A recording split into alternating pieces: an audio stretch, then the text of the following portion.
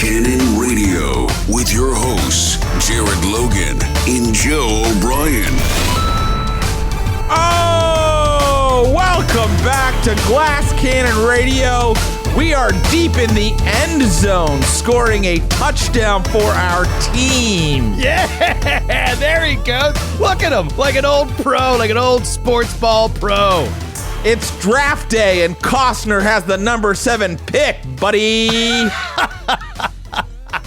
I'm Jared Logan. This is Joe O'Brien beside me in the other little box, and this is the show where you get to call in and give your opinions on all things nerdy, and that includes the sport of American football. Yeah! Super Bowl week, baby. Super Bowl week. It's Super Bowl week. So if you want to call in and talk to us about all the topics, they're all lined up there on the, I don't know. They're all lined up there on the screen for you. If you want to talk to us, please come hang out and get on the Discord, raise your hand, and we will call you to talk to us. And then if you're not a subscriber yet, if you're not a subscriber yet, go to jointhenaish.com, become a subscriber. You can talk in today's show. You can become a subscriber that quickly and be part of the conversation. And boy, do we have a lot of great conversation to talk to you about today. But first, Joe O'Brien, you're so excited because your team, Come on, buddy. It's on the tip of my tongue. Come on, buddy. The Philadelphia Eagles. The Philadelphia Eagles are in the Super Bowl. Yes, a very rare and precious thing, Jared. In my 40-some years of being alive, they've been here 3 times. I mean, 4 technically if you count the year I was not even 1 year old. But 3 times ever has this happened, and so I'm very, very, very excited. It's a rare and precious thing to make it this far. You got to be good, and you got to get lucky. And here we are, all the way at the end. A championship. I'm curious why. It baffles me that people cannot be into sports. I simply don't understand it. I'm not. I know. So, how do you miss out on the drama, the intensity, the passion? There's nothing like it in entertainment. Football is unbelievably boring. Oh my God. Well, that's fine. Shocking. All sports, except for maybe basketball, nothing happens for a long time, and then someone scores, and then everybody stops everything. It's constant. Like, even trying to watch a basketball game, like, toward the end of the basketball game, they stop it. It feels like 10 times, and it keeps going to commercial. My memories are just of, like, waiting to watch a program I wanted to watch on Sunday night and waiting for the goddamn game to be over so I could watch some kind of sci-fi program or something. Yeah, that's amazing. That makes sense. Well, I was born into an area, into a place where it's ingrained in you from a young age. My whole family are huge Eagles fans. And yeah, this weekend is Super Bowl 59. And we'll see if we can stop the Kansas City Chiefs and Taylor Swift's boyfriend from winning 3 straight Super Bowls. Oh, Taylor Swift's boyfriend's in the Super Bowl? Taylor, wow. It's amazing that you don't know that, because that's just straight up pop culture, and you're way more into that than I am. So I'm not into Taylor Swift. My God, what do I look like? Some sort of basic? But it's not as if you can avoid it. My tastes don't fall so pedestrian, Joe. I mean, like, truly, if you want me to care less, add Taylor Swift to football. I think you're a real outlier here. In terms of American popularity. Taylor Swift only added to the juice for the rest of America. One thing we can be sure of is that American high schools need to put all their money into football instead of their theater programs. Let's make sure that the money is funneled into football. You know what? As soon as more people start paying more money for theater tickets than football tickets, they will. But that's on the audience. That's not the school's fault. Right. Sure. Yeah, I mean, sports is great. You know, you don't really need to. It's a low bar for entry. Yes, you know, like that is true. Anyone can watch an athlete and be like, okay, I get that was impressive. You know, right? But people can't watch. You know, not everyone can watch, say, an incredible stand-up comedian. And really immediately understand of what's happening. And immediately get the understanding of the nuance. Like they'll be like, my sense of humor is more like, you know, Kevin Hart. Why is this guy talking about, you know, Kevin Hart, who without a doubt will be at the Super Bowl? I guarantee you, Kevin Hart is. At the really? Super Bowl. He's a big Eagles fan. And also, a big NFL ad guy and stuff, or at least betting apps. Anyway, we're getting off topic here. I'm excited for them Eagles. I hope everybody has fun Super Bowl plans. Call in if you want to talk Super Bowl, but otherwise, we've got a list of great nerdy topics to talk about today, which I'm really excited about. If you want to talk about Super Bowl and you call in, I'm going to give you the business. Just be ready. I'm going to be joshing you. All right. Well, let us get into it. So, the situation is that one of the biggest sci-fi shows, I'd say, in the last 10 years, The Expanse, based on the incredible novels by James S.A. Corey, otherwise known as Ty Frank and Daniel Abraham. The Expanse will be leaving it's so weird. 3 seasons of it will be leaving Prime Video, I think today at 4 p.m. It may have been yesterday, but the 3 seasons, the seasons that were created on the Sci-Fi channel, will be leaving. The seasons that were created on Amazon will stay. And this is a saga. I think a lot of people have watched the show. A lot of people have read the novels. This is a saga that is beloved by fans. I think it's really cool. I must admit, I have only read the first novel and watched like the first season and maybe a half of the second season of the show. But I was really loving it and enjoying it.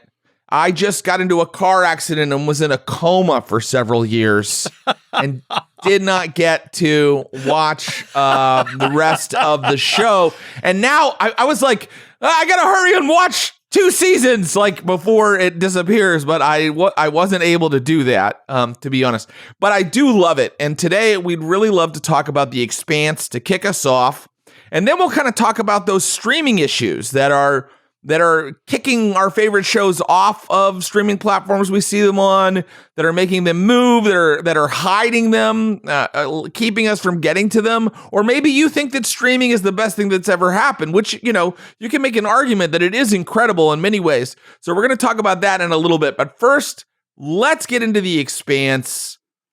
Joe, any thoughts on The Expanse before I give my thoughts at length with an air of expertise that I probably don't actually possess? Absolutely, because I can keep it short. I don't have too much to say on this because I, like you, have not absorbed all that much of it. I'm excited to talk to callers and an exciting guest we're going to have here in a few minutes. We're going to have Skid Maher from the Glass Cannon Network come on and talk Expanse as well. Somebody who's a little bit more knowledgeable about the whole topic. But I read the first book when it was getting all the buzz. I read the first book and I really, really enjoyed it. I thought it was fantastic. And I love a setting. I love a sci-fi setting that is contained within the solar system. I find that to be so interesting. And I also love the certain limits, the physics limits that are put on it that make it feel like real sci-fi. I really enjoy that aspect of it. And I thoroughly enjoyed it. Then I went to watch the show. I think it's a slightly unpopular opinion, but I thought it was terrible. It ruined the book for me, so much so that I didn't read the second book because I hated the show so much.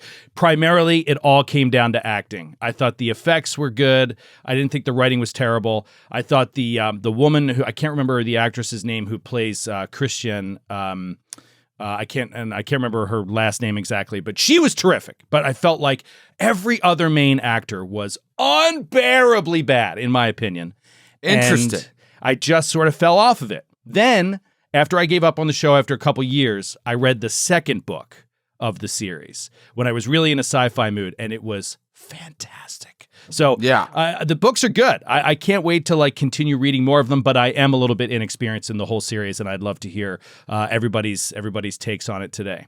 I do get your problems with the show. After reading the first book, starting the show, it took me a little bit to get with the actors, and that's because the Sci-Fi Channel has a pretty face problem.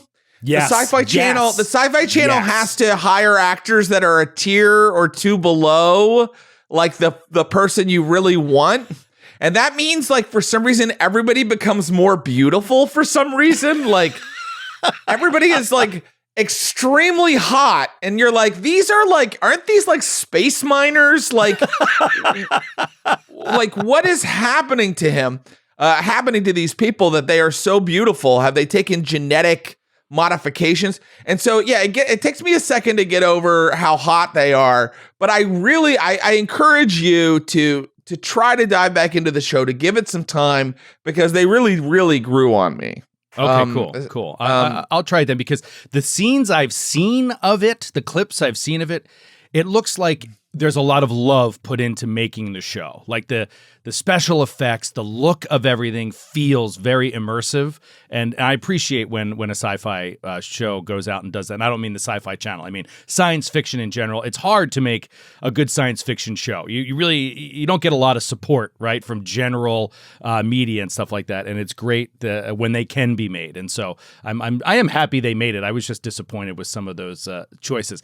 I'm going to say something real quick before we get to our guest today, which is, you brought it up. You said the pretty factor escalates for some reason on Sci-Fi, while the acting ability like slowly decreases.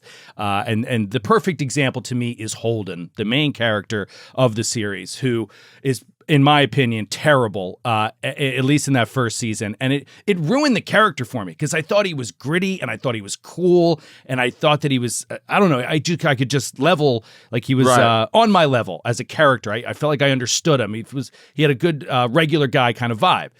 And this guy was just bad. Now, the actor, who I don't know his name, was in a fantastic movie that I don't know if you've ever seen. Have you ever seen City Island?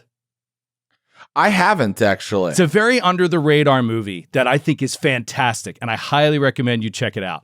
It is an Andy Garcia movie with the woman from ER, Juliana Margulies. It's Andy Garcia and Juliana Margulies, slice of life movie set in New York City, and it's got Ezra Miller. Ezra Miller? Is that his name? Yeah.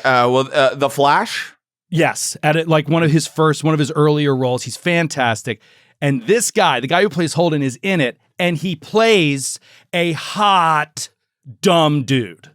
And he's amazing. Like, he's a very minor character, and the thing is that he is so hot. And like, that's his thing. And he does great at that. When you put him in this role to carry a sci-fi series, I was just like, I can't do it. I can't do it. So that actor's name is Steven Strait. And Steven, if you are listening, Joe, not a fan. Didn't like season one. Like season one.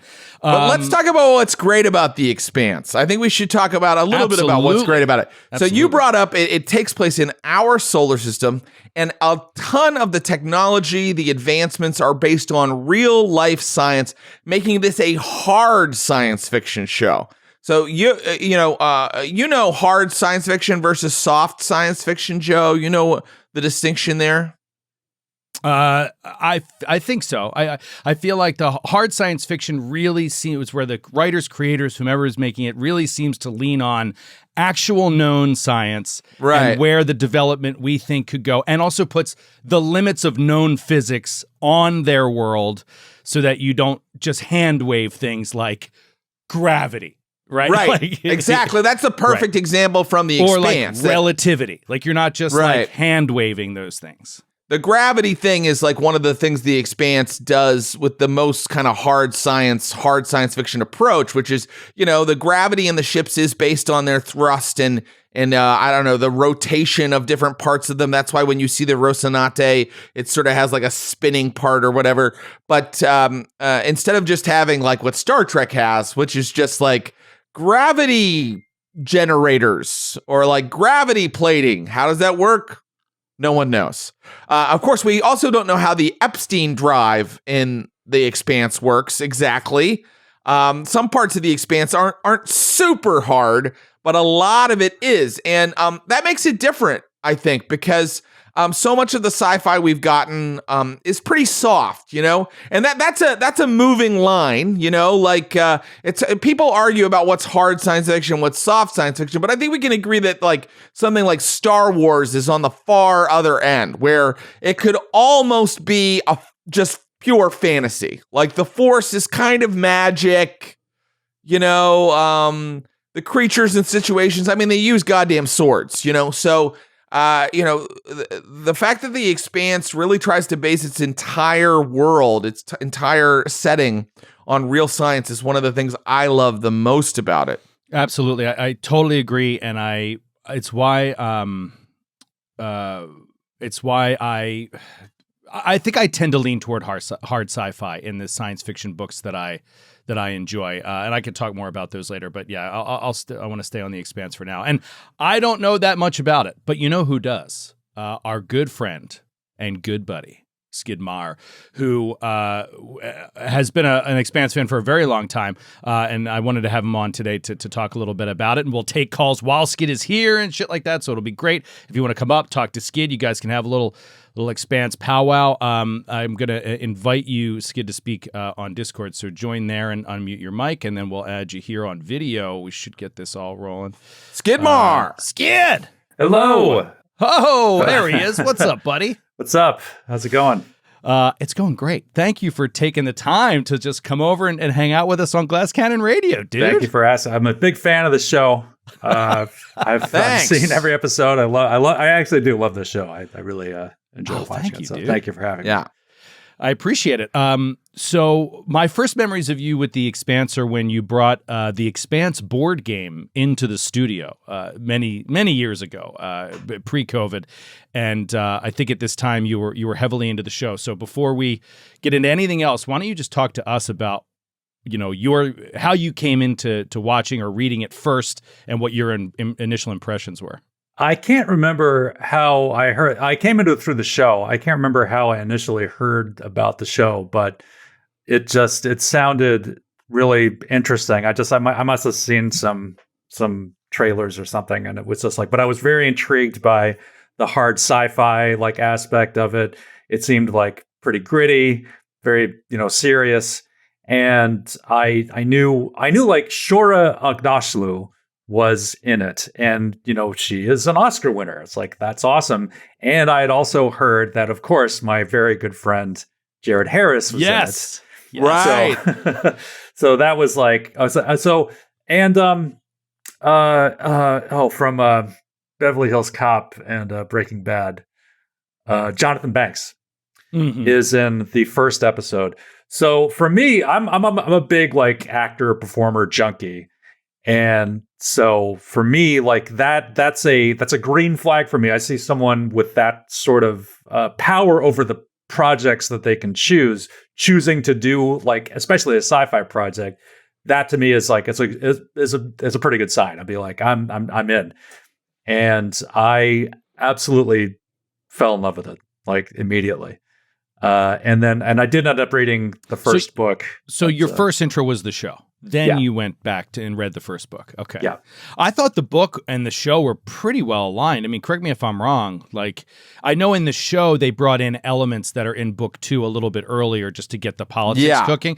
But overall, isn't it like pretty blow by blow, the first book and the first series? Like, they don't seem to change too much. I think it was from a good what I remember, adaptation. yeah. I think it was pretty close. The nice thing about the book is that it fills in a lot of the like anthropological details that that are amazing. That I was really hungry for. So, my favorite little cultural thing in the Expanse that's so real is basic assistance. Do you remember that? Oh yeah. Half the people on Earth are just on like basically super welfare. And they're not allowed to have kids, but they could even go to machines to get clothes if they need clothes. And they have to eat like protein paste or something like that. Yeah. And the Martians have total contempt for them for that reason. Because they're driving themselves to like forge this new society on this planet, and they look at the people on Earth as just like sitting around like collecting money from the government, and this is the distinction there is just like it's very fun. Would you go on basic assistance listeners? That's what I would like to know. Callers, yeah. In addition to whatever you want to say about The Expanse, yeah. I do want to talk to Skid a little bit more about like kind of the length and depth of the series, but I want to get to callers as soon as possible, just because I want to get some of their takes on it. And we'll take you here while Skid is here. So again, if you want to talk on the show, you got to join the Discord, the Glass Cannon Network Discord. You can go to jointhenaish.com to link your Discord to your subscription. And if you're not subscribed, you can subscribe for free using code GCN30. So hop on and join us. We're gonna go right here to a friend of mine. So let's get an Eagles fan up here first. A WIP caller, please come to the stage. Your mic is muted. Once you unmute that, you should be able to talk. WIP caller, you're on the line. Yo, Brian. Oh, dear. What's up, buddy? What's up, dude? Okay. You ready for Sunday, man? Yes. Oh, yes. Jesus. You ready to go? Saquon Barkley, man. Dude, Yes. we are, the polls are greased. The copy of Inner Excellence is red. We are Polls are greased. What the hell does that mean? You don't even know, Jared. I don't want to. The polls, baby. Grease the polls. I'll tell you right now, my poll is exceedingly dry. No one will be climbing it. WIP caller, do you have any thoughts on The Expanse? I know you're a big sci-fi guy. Did you read it? Do you watch it? Or are you just calling about the birds? No, actually, you know what? It's ironic. I read all 8 books. I think there's 7 or 8. Read all of them, and the series sucked ass. Not the whole series, but that first season. The TV series. The TV series actor, you hate. Yes, the TV series with that actor that played Holden. I could not stand him either. There's just something about it. He was just a terrible actor. And the guy that played Amos, I thought was completely miscast. Like this Amos dude is supposed to be an older guy that's like squat, strong, emotionless. And this dude played him like a crazy eyes killer kind of dude. You know, it just was just like completely different from the character. The books are different from the movies, you know, like that happens or from the TV series that are based on them. So I think sometimes it can be jarring when we see a TV series because it's not exactly the way we planned it. You know, everyone is way more fuckable, and that confuses us because it gives us confusing sexual feelings. But did you you said you read all 8 books? Yeah, I did. But you said you pointed out the first season of the TV show. Did it grow on you over time? You know, I watched, I think it was one of those shows I would put on as I was doing other things. Like it wasn't like a dial in and watch every minute type of show for me, since I already knew generally what was going to happen. Yeah. It got interesting because obviously things happen later in the series. I won't get into spoilers, but I was curious to see what they look like on television, frankly, the way they portrayed some interesting things that develop with the series. So, so I did watch it. I continued. It bothered me less and less, but up front, as I was trying to get into it at first, it really was kind of jarring with it. And it was exactly what you said. The acting was just not what I would have expected for a series like that. So anyway, I did like it. I thought it was, the books were great. It gets very different. I won't get into it, but I just want to say, this is classic nerd fandom. I hated that TV series. I did watch all of it. Exactly. Are the books like done? Are there more books it's coming? A done series as far as I'm concerned. The ending is one where they could come back to this, I think, but I don't foresee that. I think end. Yeah, I felt like it ended pretty clearly, and the ending is kind of cool. I don't know, some people may roast me for that, but I liked it. So. Isn't it great when things have an end? Thanks for the call, dude. I appreciate it. Love to get some more people up here too. So to talk Expanse before we move on. And by the way, you can add spoilers, everybody. Like this is a go ahead and spoil conversation, you know. Yeah, it's an open convo. I feel like you had your chance. If you're not into the Expanse, you're not into it. But Skid, before we get on to somebody else, how do you feel about the it being pulled off of Prime? Is this something that you like would love to be able to rewatch? You're frustrated that this is happening? Is that the licensing thing? Yeah, I heard about it, and I was definitely bummed. I mean, I've been holding out hope that they would end up making more of it. I don't know why. It's especially frustrating when they're willing to throw $1 billion at fucking garbage like Rings of Power, and they can't make any more seasons of The Expanse. That just really gets my goat. So yes, that does take half of the Rings of Power budget, put it in The Expanse. There we go. That's all I'm asking. That's all. Jeff Bezos is too busy ruling us. Right.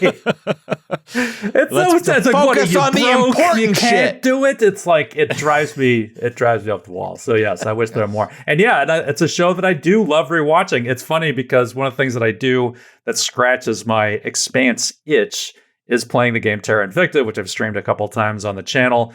Very Expanse sort of themed.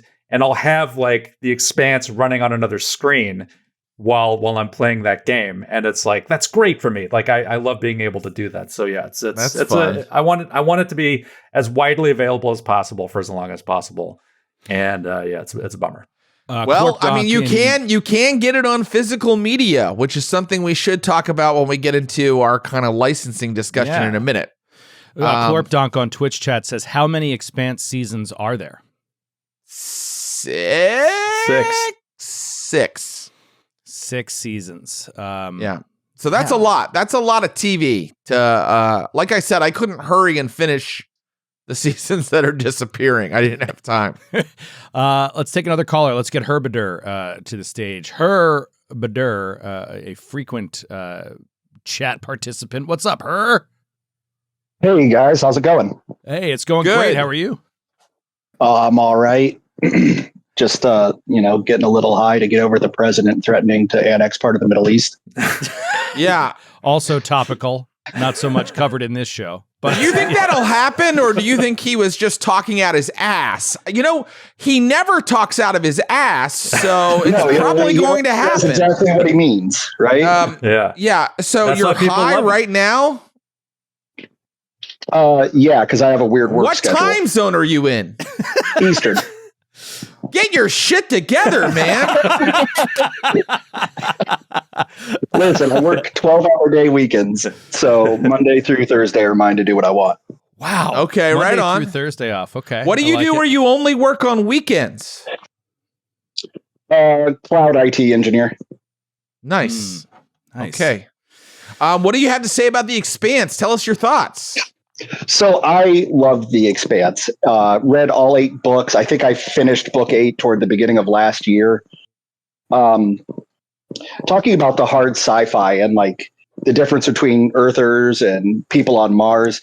There's a moment from the books that like really teaches you kind of like the difference in mindset and how little they understand each other.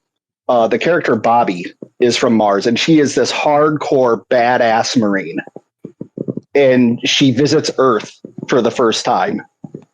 And, she is trained through all these like invade Earth simulations and scenarios. And she gets there and she feels the gravity and she sees the ocean.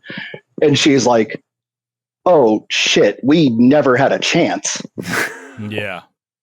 Is that in book 2? Do you recall? Because I feel like I know Bobby was introduced in book 2, but I want to say this is 3 or 4. Oh, okay. Because I definitely remember that character, and I thought that I remembered that, but maybe I'm just projecting that now that you say it. But the character was awesome. I really liked that character. Yeah, the character of Bobby is one of my favorite in the series. Yeah, Apple Tart on Twitch chat says it is book 2. Awesome. Yeah, those sort of elements are I go back to Stranger in a Strange Land. I think about when I read that book many, many, many years ago, how amazing it is for an author to be able to look at Earth as someone who has never seen or been on Earth. it's really an impressive thing to do if you think about it. And the way that Stranger in a Strangeland opened my eyes to so many things that, we sort of feel are just an innate part of humanity that everyone knows and gets. It's an interesting thing to explore. And the character, doing that through the character Bobby is awesome. So Herbider, you like the show? I actually only watched 2 seasons of the show. I could tell it was a good show, but like my mind kept like clashing with what I knew of the books, and I had to stop because I was also rooting it for my wife because I'm like, that doesn't happen until book 4. Yeah, just being an asshole.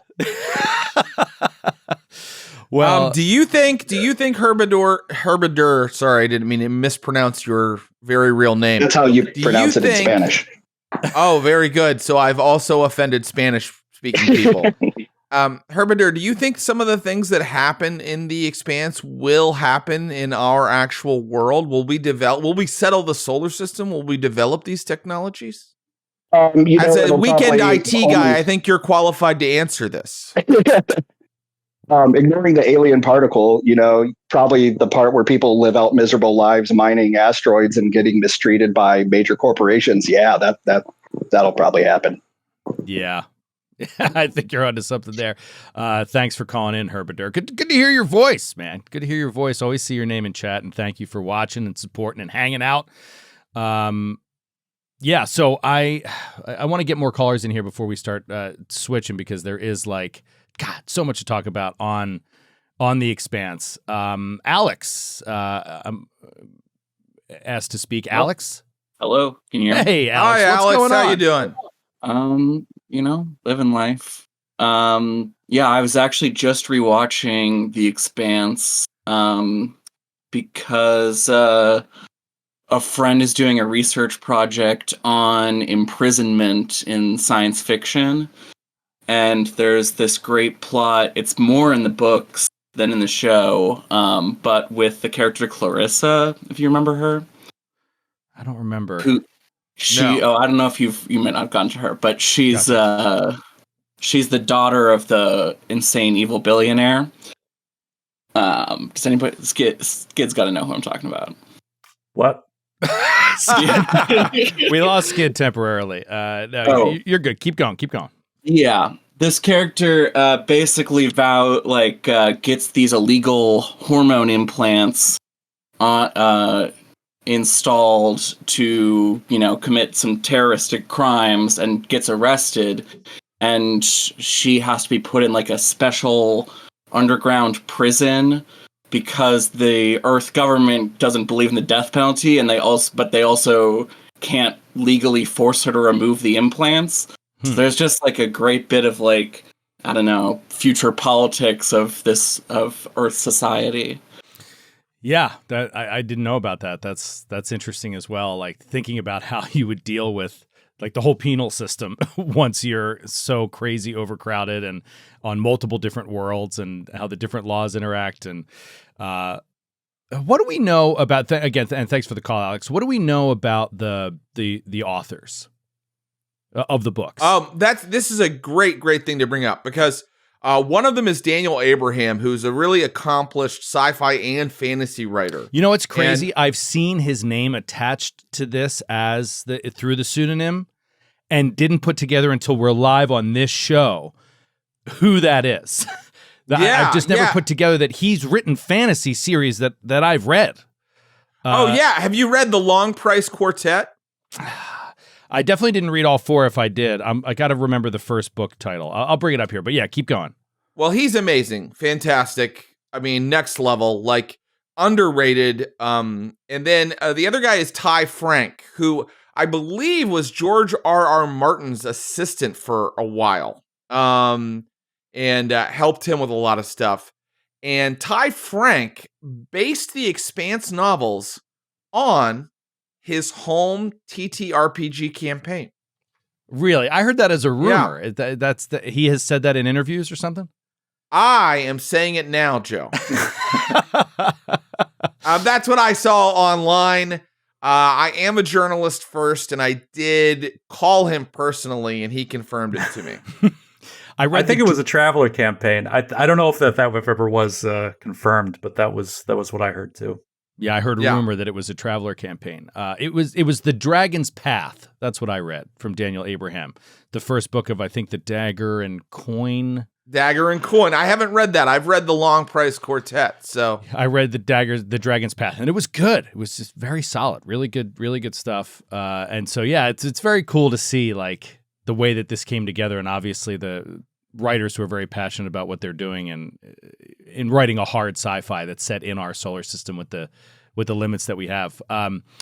It's also cool when there's like a duo of writers writing like a series. What is it, Niven and Pornell that write the Moten God's Eye? Yeah. I always think that's interesting, and I wonder what that kind of collaboration is like. But obviously with The Expanse, it was extremely successful, and they've created something that, I mean, whatever you think of the show, The Expanse is now all time, like one of the greatest sci-fi series ever.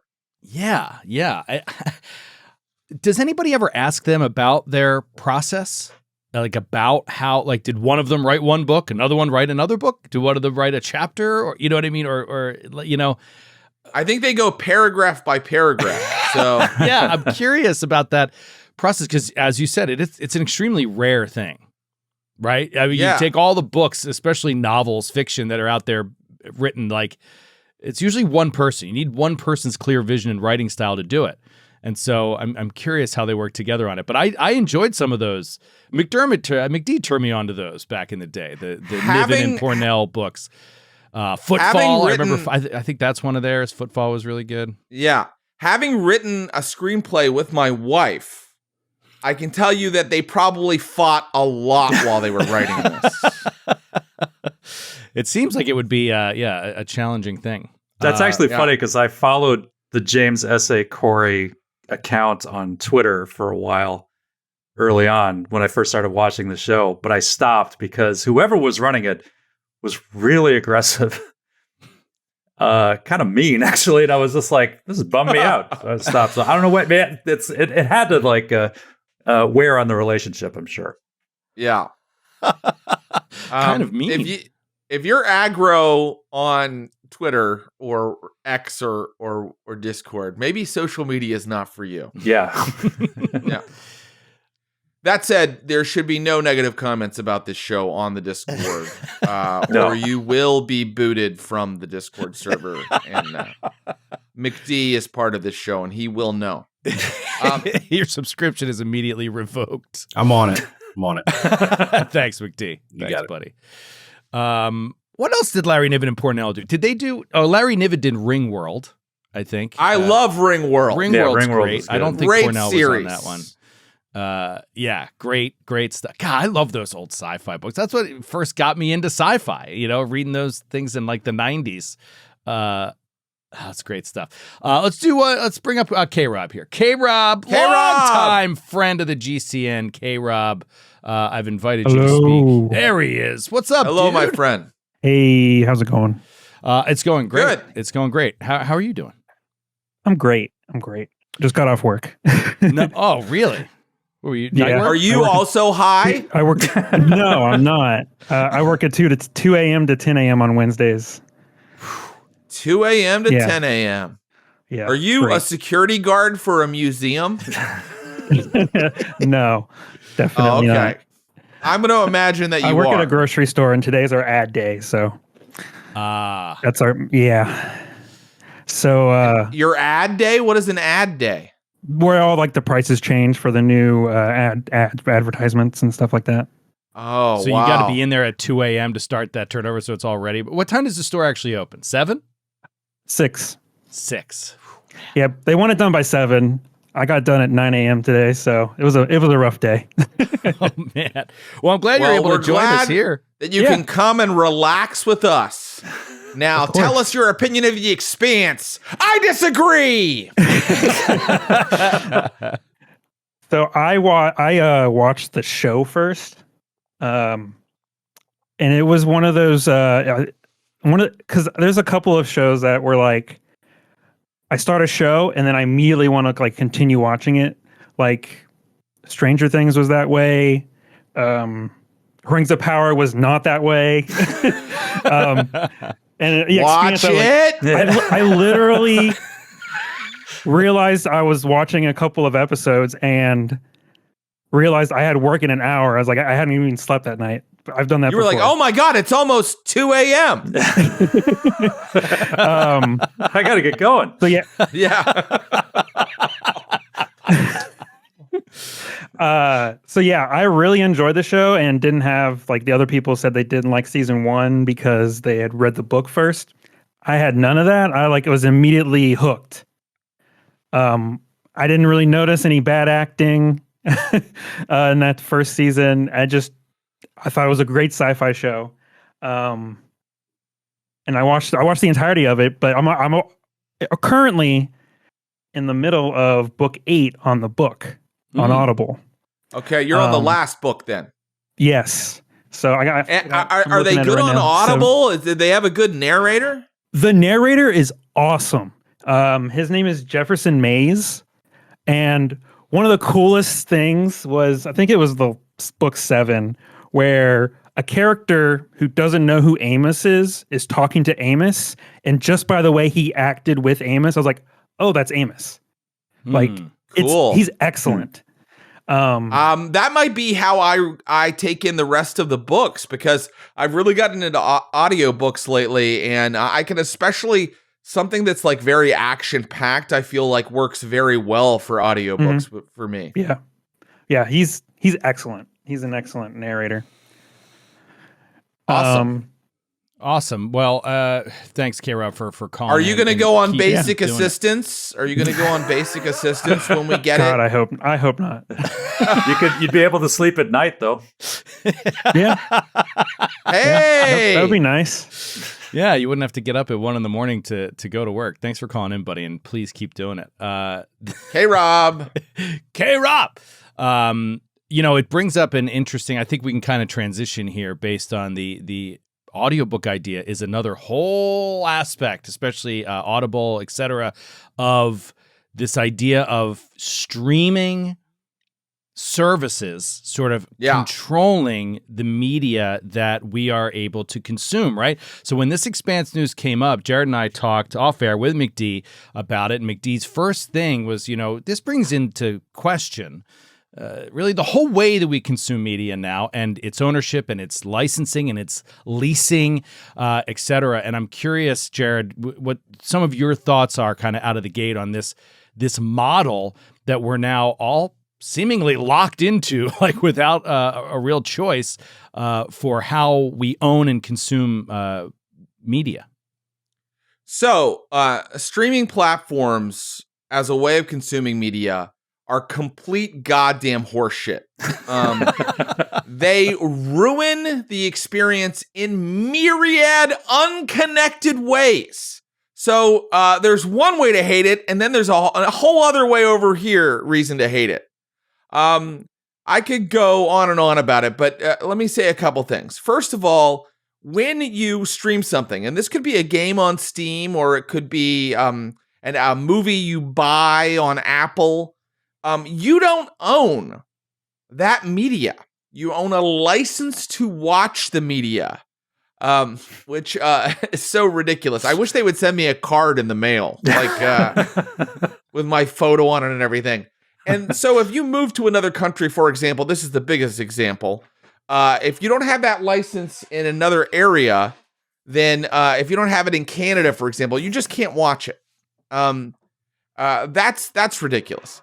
Another thing that's ridiculous is that, you don't find the things that you want to find. The streaming platforms, the corporations that are running them, are manipulating what you watch. And I read one thing that said that there was a study done that, the things that get the most views are the things with like the thumbnail placed in a certain place. And sometimes, especially for genre fans like us, if we're looking for something that really appeals to us, we can't find it. Like, it feels like on a lot of the streaming platforms, maybe I'm acting like an old fogey. Maybe some callers will disagree. Feels like the search function's hidden. Feels like the browse by genre is hidden from you. They want you to watch the thing that they're pushing right now. Mhm. And so they're kind of manipulating what we watch.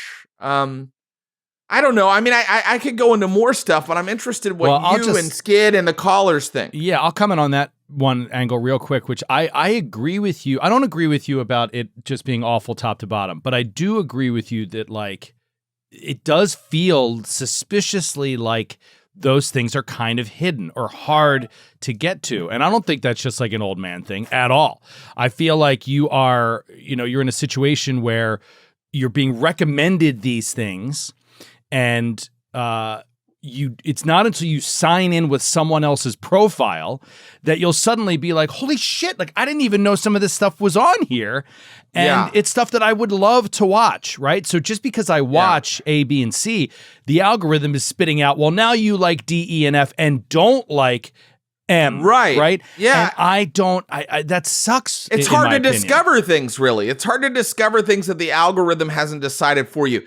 Joe, have you ever gone to like an old right-wing person's house and turned on their Netflix? Yes. It's a completely different, you're like Tractor Pull Immigrant Hunters. That's a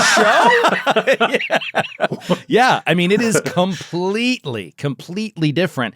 And I'm just amazed at how many things I really enjoy that are not suggested to me by the algorithm. Things I would really enjoy.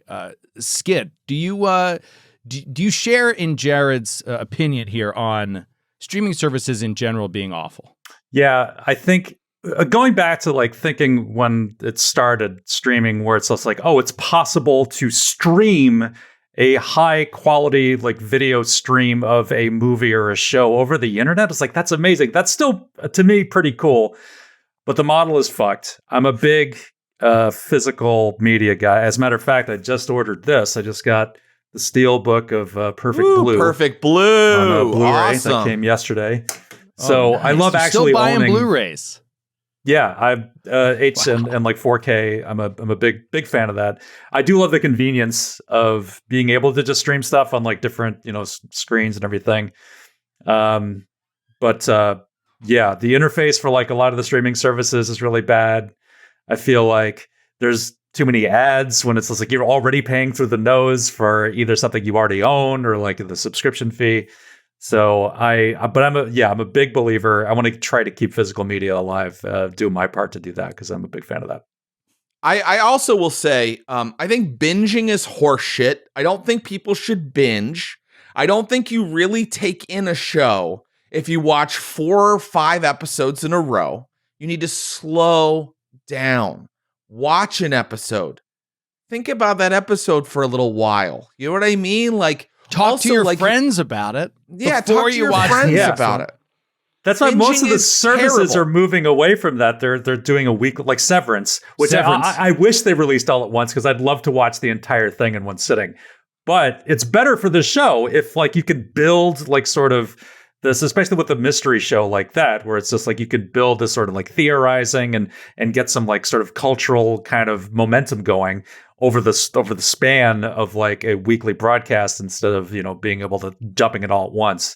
I do think it's better for like media is to do it. Not only that, but people complain. I'm not so much of a spoiler person where I hate spoilers, but people complain that people can binge the whole season in 2 days, and then they're putting spoilers up online, you know, and ruining some of the plot twists for other people.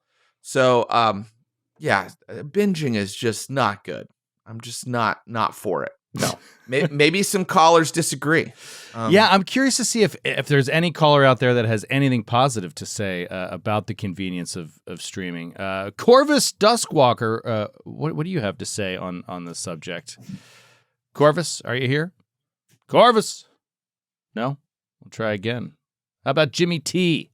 Jimmy T? Hey, would you like to join? Oh, there's Corvus. There's Corvus. Hey, Corvus. What's up, Welcome. Corvus? Nice to talk to you guys again. But yeah, as far as streaming services are concerned, like I was talking about this with somebody recently, and the idea of like nostalgia came up, right? And one of the things that I discovered is that like people who were born around when I was have this weird relationship with nostalgia where we want modern conveniences, but we also want the things that those modern conveniences have killed. We want a Netflix and an Amazon Prime and all that. We also would like to like hit up a movie store at some point. Like I want my PS5, but I also want an arcade that doesn't suck. things of that nature. Yeah. Like, so, you know, I like all of my I like all of my movies and everything, and I like being able to rent stuff and stream stuff and everything. But third locations are wildly falling apart. But yeah, as far as how I feel the service is going, yeah, the interface, as you guys brought up, kind of blows. I am kind of pro binging, not to get at Jared. What do here. you I'm like kind of about binging? Okay, so I have difficulty at sometimes like maintaining a plot thread in my head for a long period of time, especially if it's like a deep mystery or political intrigue, like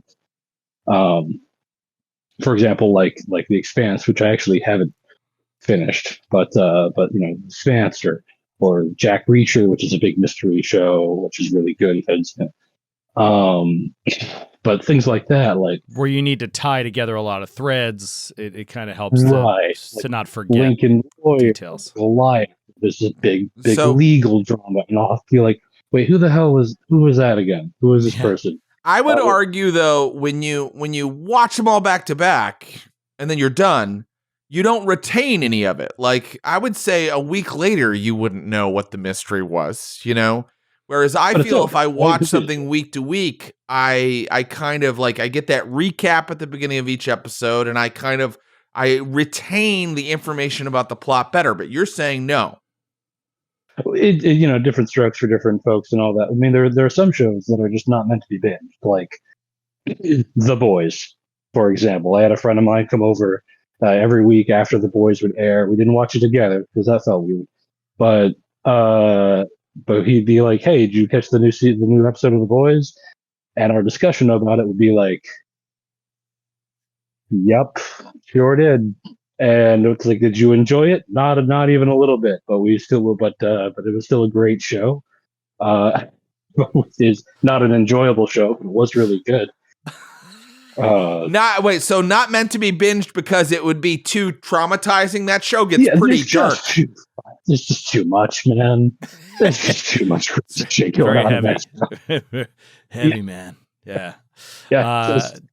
Like there's a warning. We originally label thought about naming this show The Boys. Well, I mean, where Joe and I are the titular boys, and McD are the titular boys.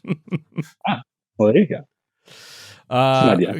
Well, yeah, Corvus, thanks for calling. Yeah, it's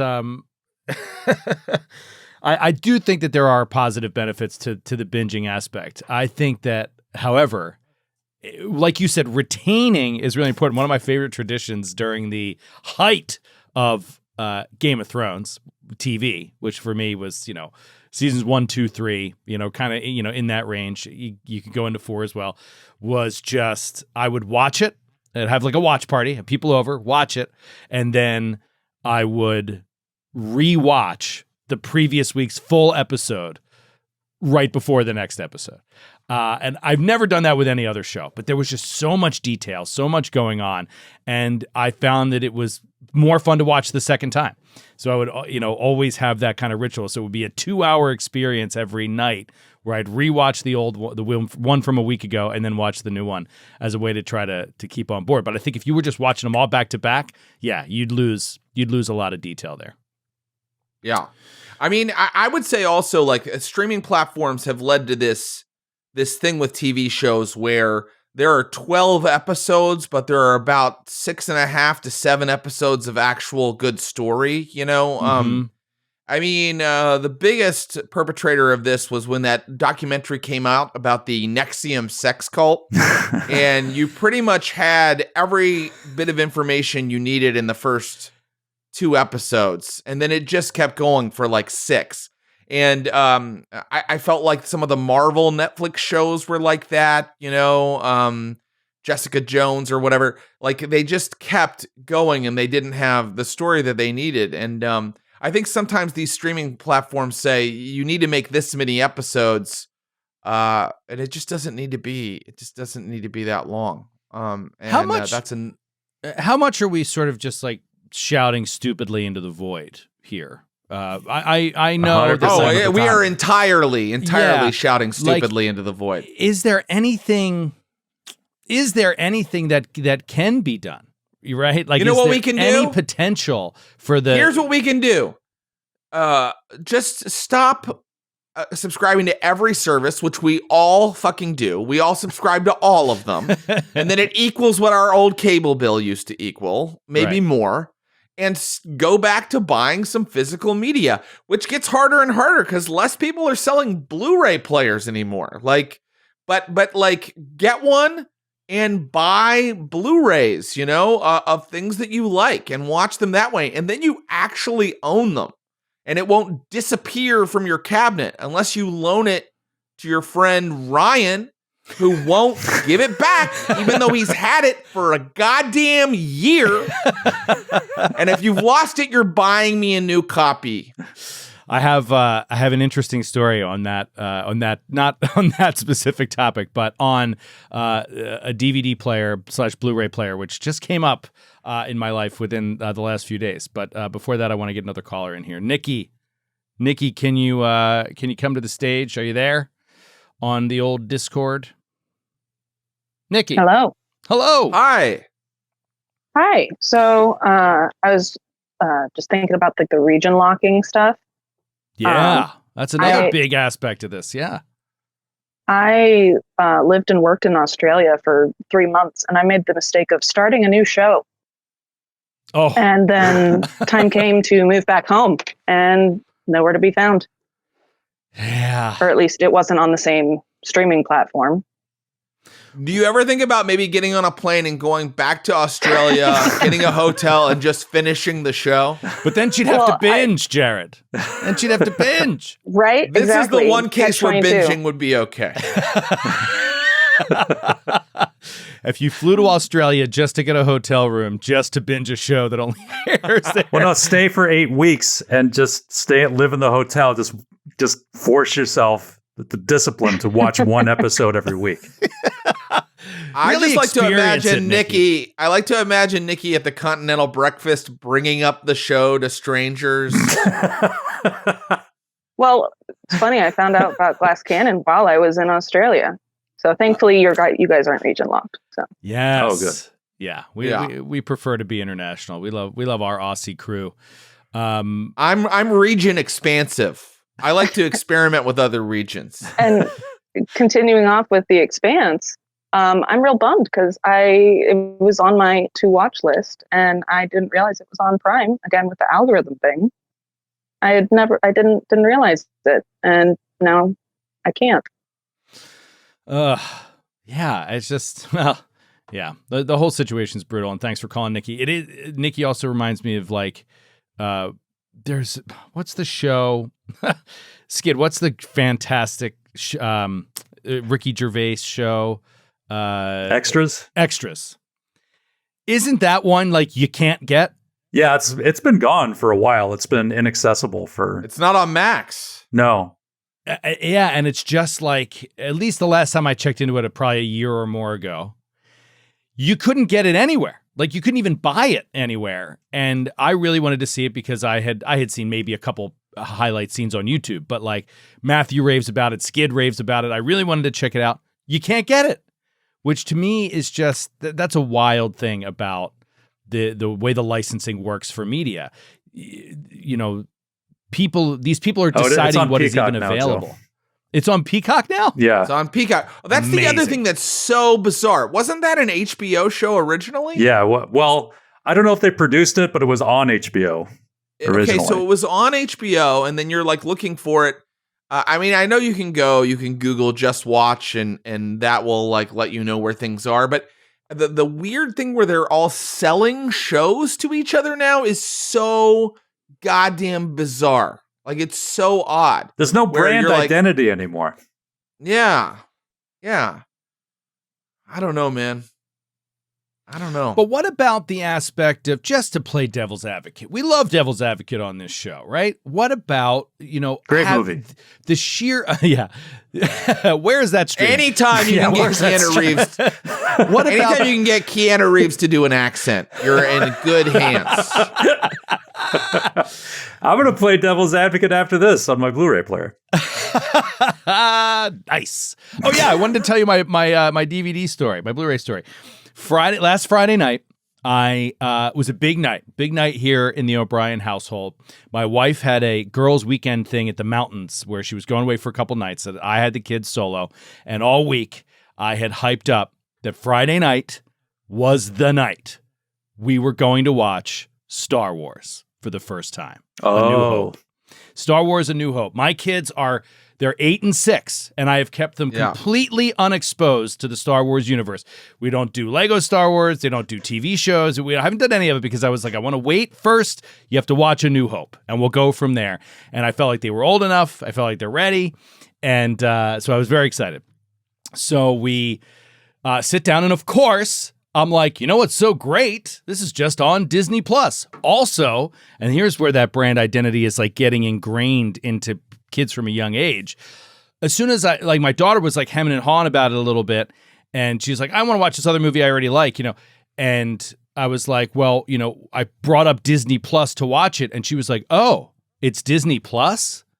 Well, now I'm interested. Now I'll watch it because I enjoy that corporation. Exactly. And so I was the same way as a kid. I was a huge NBC guy. I was a big NBC advocate. Well, must see TV. The best thing about the Disney Plus Star Wars is that it's the version that Lucas fixed. Right.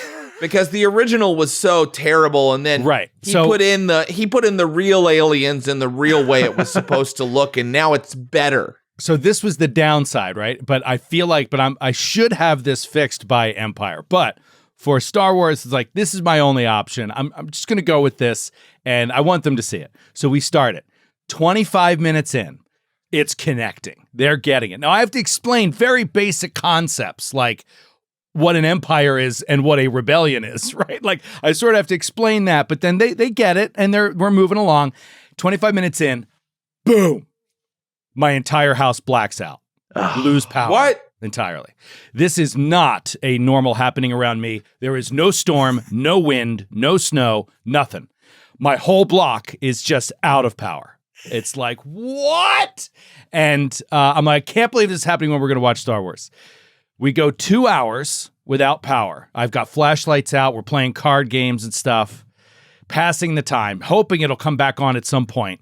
And it does about 2 hours later. So now we're getting late into the evening. Maybe I shouldn't watch it, but I'm like, screw it. We're committed to doing this tonight. We're watching it. I start watching it again, and every 5 minutes, my internet drops. This is also not a usual occurrence.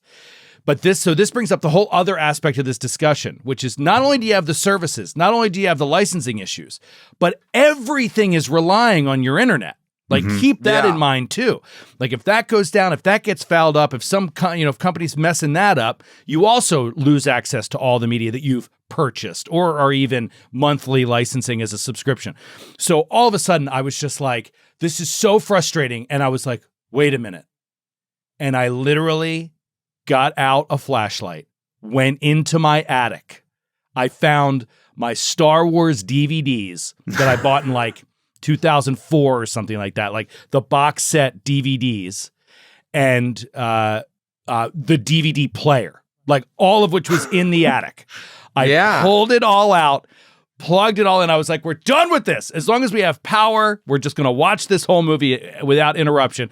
And I put in that freaking DVD and we watched the whole thing, and it was amazing. Like, it was just amazing. That's an awesome story. True nerds get physical media. That's right. Yes. If you don't own physical media, you're a false nerd and you are excommunicated. I'll tell That's you right. what. The best part was, I mean, they literally cheered when he destroyed the Death Star. I mean, it was that's perfect. awesome. Like it all built well, and That's amazing. it landed well, and now Beautiful. they're really excited for The Empire Strikes Back. That's So phenomenal. I'm excited for that too. But that's the thing about physical media too. Is like, what if, God forbid, like the internet goes down for an extended period of time for everyone? In the land of no internets, the physical media guy is king. That's right. That's right. That's right. Yeah. So don't get Can't rid of argue your with physical that. media. Don't throw it out. I'm telling you, it's keep at least what you have. And if you can still buy more, buy more. You know, there's one whole aspect of this we haven't talked about. We got to move on. But there's a whole aspect we haven't talked about, which is video games. We haven't talked about video games. Video games, especially through Steam, are also largely on this model now. You have the same thing with I love just buying and downloading games from on PlayStation Network or on Xbox Live. I don't even know if they call it that anymore. But it's so convenient, right? To not have to go to the store and buy the copy anymore and wait for that thing to be in or whatever. But now you realize, like, you don't really own any of that. Any of that at any moment can be taken away from you. And it's something interesting that we're going to talk about this more next week. Right, Jared? We want to talk a little bit more about the absolutely. the Video We're Game gonna talk History about- Foundation. Yeah, that are preserving and archiving video games. Yeah. So we'll get into that next week and we'll sort of continue this discussion. Yeah, we'll continue this discussion next week. But for now, let's move on to our next topic for today, which is continuing our month of tribute to the wonderful David Lynch. We had to put in a little time talking about Twin Peaks, largely letting the callers weigh in on their thoughts on Twin Peaks. And seeing if Skid has anything to say about it. I'm not sure where you stand. Are you on a all of Twin Peaks Are you a fan, Twin Peaks guy, Skid? Yeah, I came to Twin Peaks pretty late. I only watched it for the first time, I think maybe like 10 years ago or something, because like a lot of things, I thought that the big fans of it were really annoying, like back in the day. So I was just like, that's not for me. But then I did finally watch it, and I was just like, this is incredible. And especially Twin Peaks: The Return, which of course our good friend Matt Lillard has a good part in. Yes. Is the best piece of media produced in this century so far. Whoa. Wow. I'm absolutely blown away by it. And so, yeah, I'm a massive fan of it now. And given that most of season 2 is very bad, it is still incredible on the whole. Yeah, no, I love it. And I watched it a couple years ago, and I did watch Twin Peaks: The Return. And I think it's incredible that you're like, that's the best piece of media, or one of, in the last that many years, because a lot of Twin Peaks: The Return is an inaccessible art film. Yeah. That is I mean, like, there's like episodes that are just a series of images. Yeah. With like no dialogue or, you know, a real plot to speak of, but it is sort of beautiful and odd and strange and unique, and it's cool that he was given the creative freedom to create that. I mean, we forget that the original Twin Peaks, that was on network television. I know. It's crazy. At like 9 o'clock at night, and it's so weird. Yeah. It's very, very weird. And also, it's like, without Twin Peaks, there's no X-Files, which I also loved. Right. Like, that's so. You know what I was thinking? There's no Lost without Twin Peaks. Yeah. Because Lost is very much like, so Twin Peaks is a nighttime soap with weird supernatural elements. Lost is sort of a nighttime soap with weird supernatural elements, you know? What is the primary, and I did not watch Twin Peaks, what is the primary difference artistically between Lost and Twin Peaks? Because I watched a lot of Lost. I liked it a lot of Lost until I stopped liking it after a certain point. But like, you know, but I feel like I've watched parts of Twin Peaks, and I feel like it's very different. I agree with you that like under a larger umbrella, 100%. But like, what do you think artistically are the differences you can point out between the two shows? Vastly different. Vastly different. Right? I was just saying that like the idea that you could do a network show that has these very weird and largely unexplained moments and concepts sort of woven in, was sort of new at the time of Twin Peaks. Even shows that had supernatural elements or sci-fi fantasy elements usually explained to you exactly what was going on.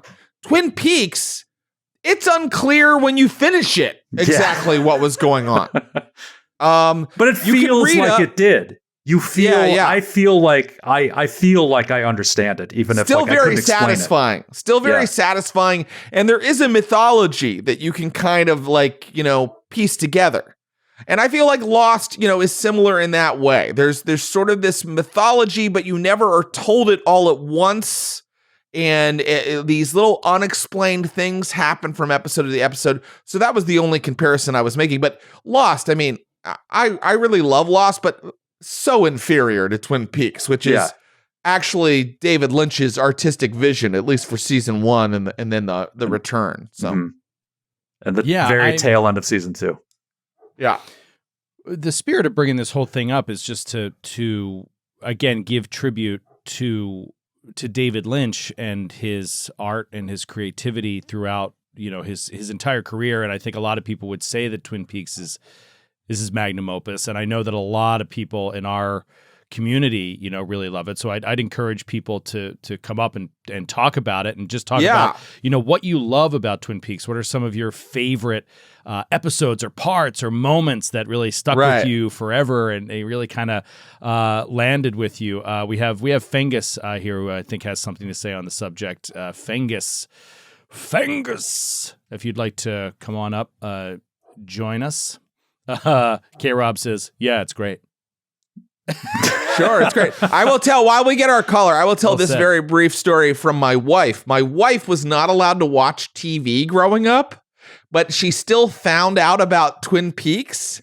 And one day when she went to the bookstore, her dad let her buy a book and she got the Diary of Laura Palmer. Oh. And she was like 13. Oh my and God. I don't know if you know what happens to Laura Palmer in Twin Peaks, but it's not for 13-year-olds. No. And she was like reading it on a field trip and her teacher was like, what is that? And had been watching the show and was like, I'll take that. But I really love that my wife didn't actually watch the show till she and I were together 15 years later. Her entire knowledge of Twin Peaks came from Laura Palmer's diary of being a prostitute at One-Eyed Jack's. Right. Jesus. Fengus, try it again. Are you there? Fengus. Hey, am I here? Yeah, you're You're here. there. What's up, awesome. Fengus? Brad. Or are you? We're in Twin Peaks. It's unclear. Yeah, might be the Black Lodge calling in from there. That's right. What are your thoughts on Twin Peaks? Oh, I love Twin Peaks. The first time I watched it was with my mom, who hadn't seen it since 20 years when it was on TV, and remembered it as a normal murder mystery soap opera. And then at the end of the first almost episode, kind of is. It almost kind of is. It has that sort of hook of like getting normies like your mom to go, wait, okay, I could get into like a mystery soap. Sorry, she go was ahead. describing it to me like, oh, who killed Laura Palmer and stuff. And then we got to like the first time it's the little person in the red room dancing. She was like, what is this? Like, she was so weirded out. It was awesome. But yeah, it's up there. Favorite show, probably. I don't know. Oh, wow. So why? Why does it stand out to you as one of your all-time favorites? It's kind of it's just got everything. It's got all these amazing actors and characters. Yes. You never know what's going on. There's like the cast is unbelievable.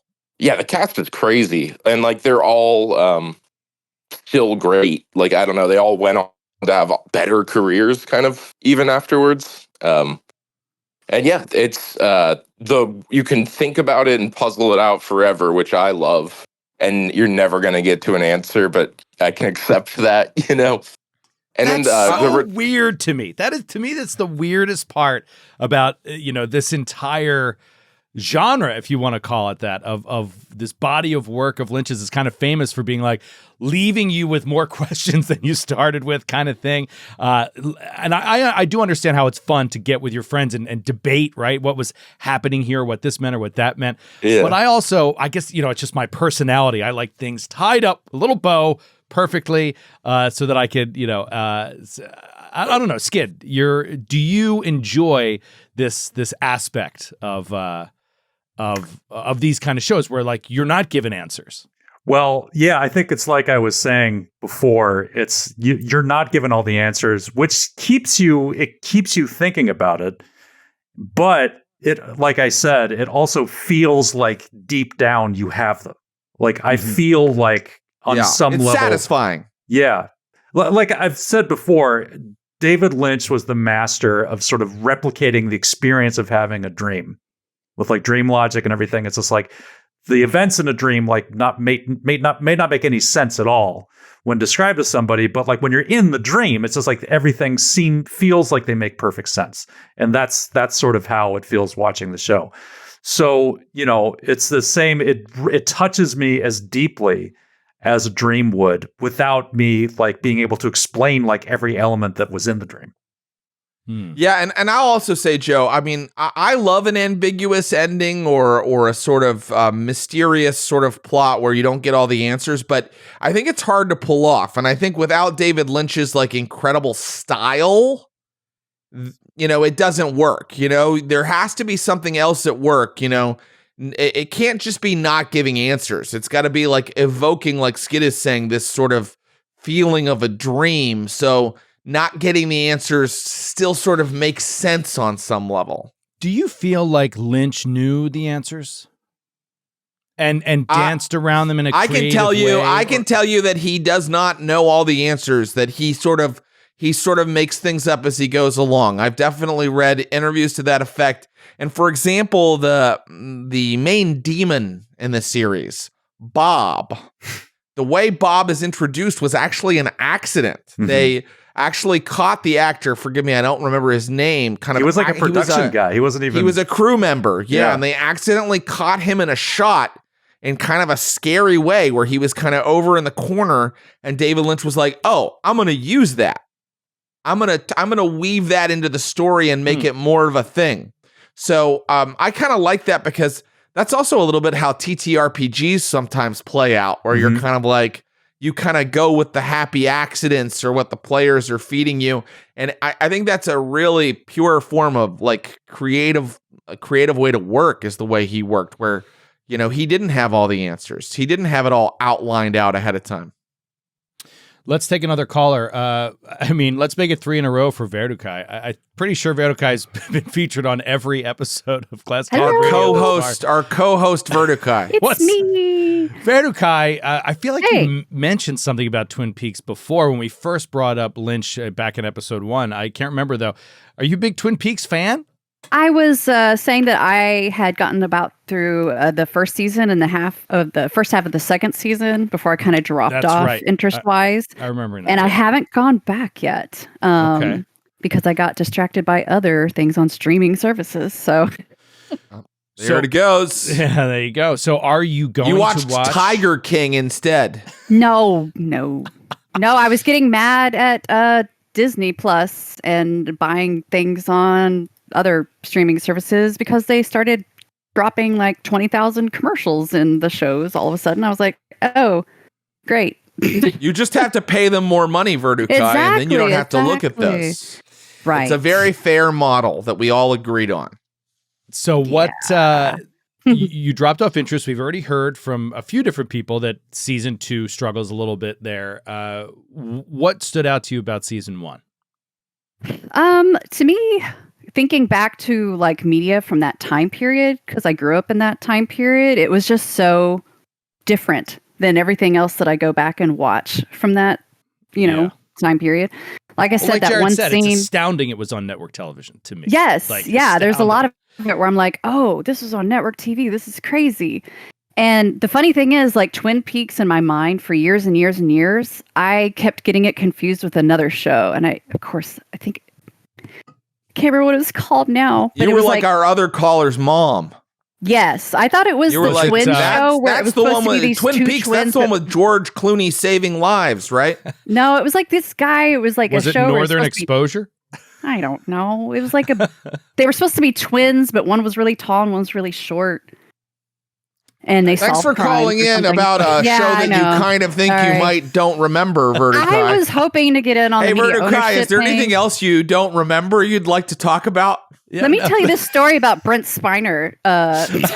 Oh, boy. Here it comes. Here she comes. No. Hey, if you want to talk about something on media ownership quickly, please. By all No, means, I had do. trivia. Did you know what the very first thing that was streamed was?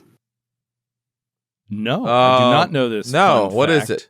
In 1995, it was broadcast through broadcast.com. The very first stream was the Victoria's Secret fashion show Oh, by Mark Cuban. Guaranteed to And, get viewers. GE or whoever they partnered up with. So, and I only know that because I ended up working for a company that a bunch of Yahoo.com people worked at, and they worked for broadcast.com before they got bought by Yahoo. So I was like, oh, I have neat trivia about streaming, but Interesting. other than just griping about, like you said, needing to start moving everything to digital and the rising commercial frequency, that's, yeah. But Twin Peaks is Vertikai, great. can I ask you a question? Yes, sir.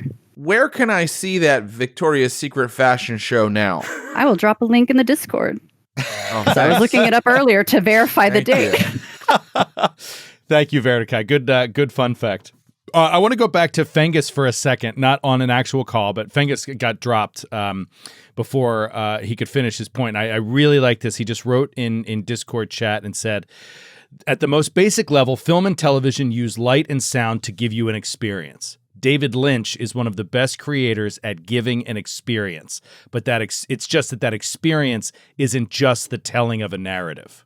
Right. And that's a really, really good way to put it. And very That's a succinct. perfect way to put it. Yeah, I love that. I appreciate that. That's well said. My God, Vertikai really did just post the Victoria's Secret stream in Discord. I know, she was I'm joking. watching it right now. Hubba. No, I'm watching it right now. Let's bring another caller up here. Another friend of the show, Toby Tolubar. Please join us, Toby. Hello. Hello there. Hello, he is, Toby. From across the pond. Do you say across the pond for all of Europe, or does it have to only be UK? If you say, I think that's fair. Is that fair, Toby? You're The in pond is Germany, big right? enough. I am. Yes. I'm close enough Yeah. to the UK, northern Germany. That's just a little leap.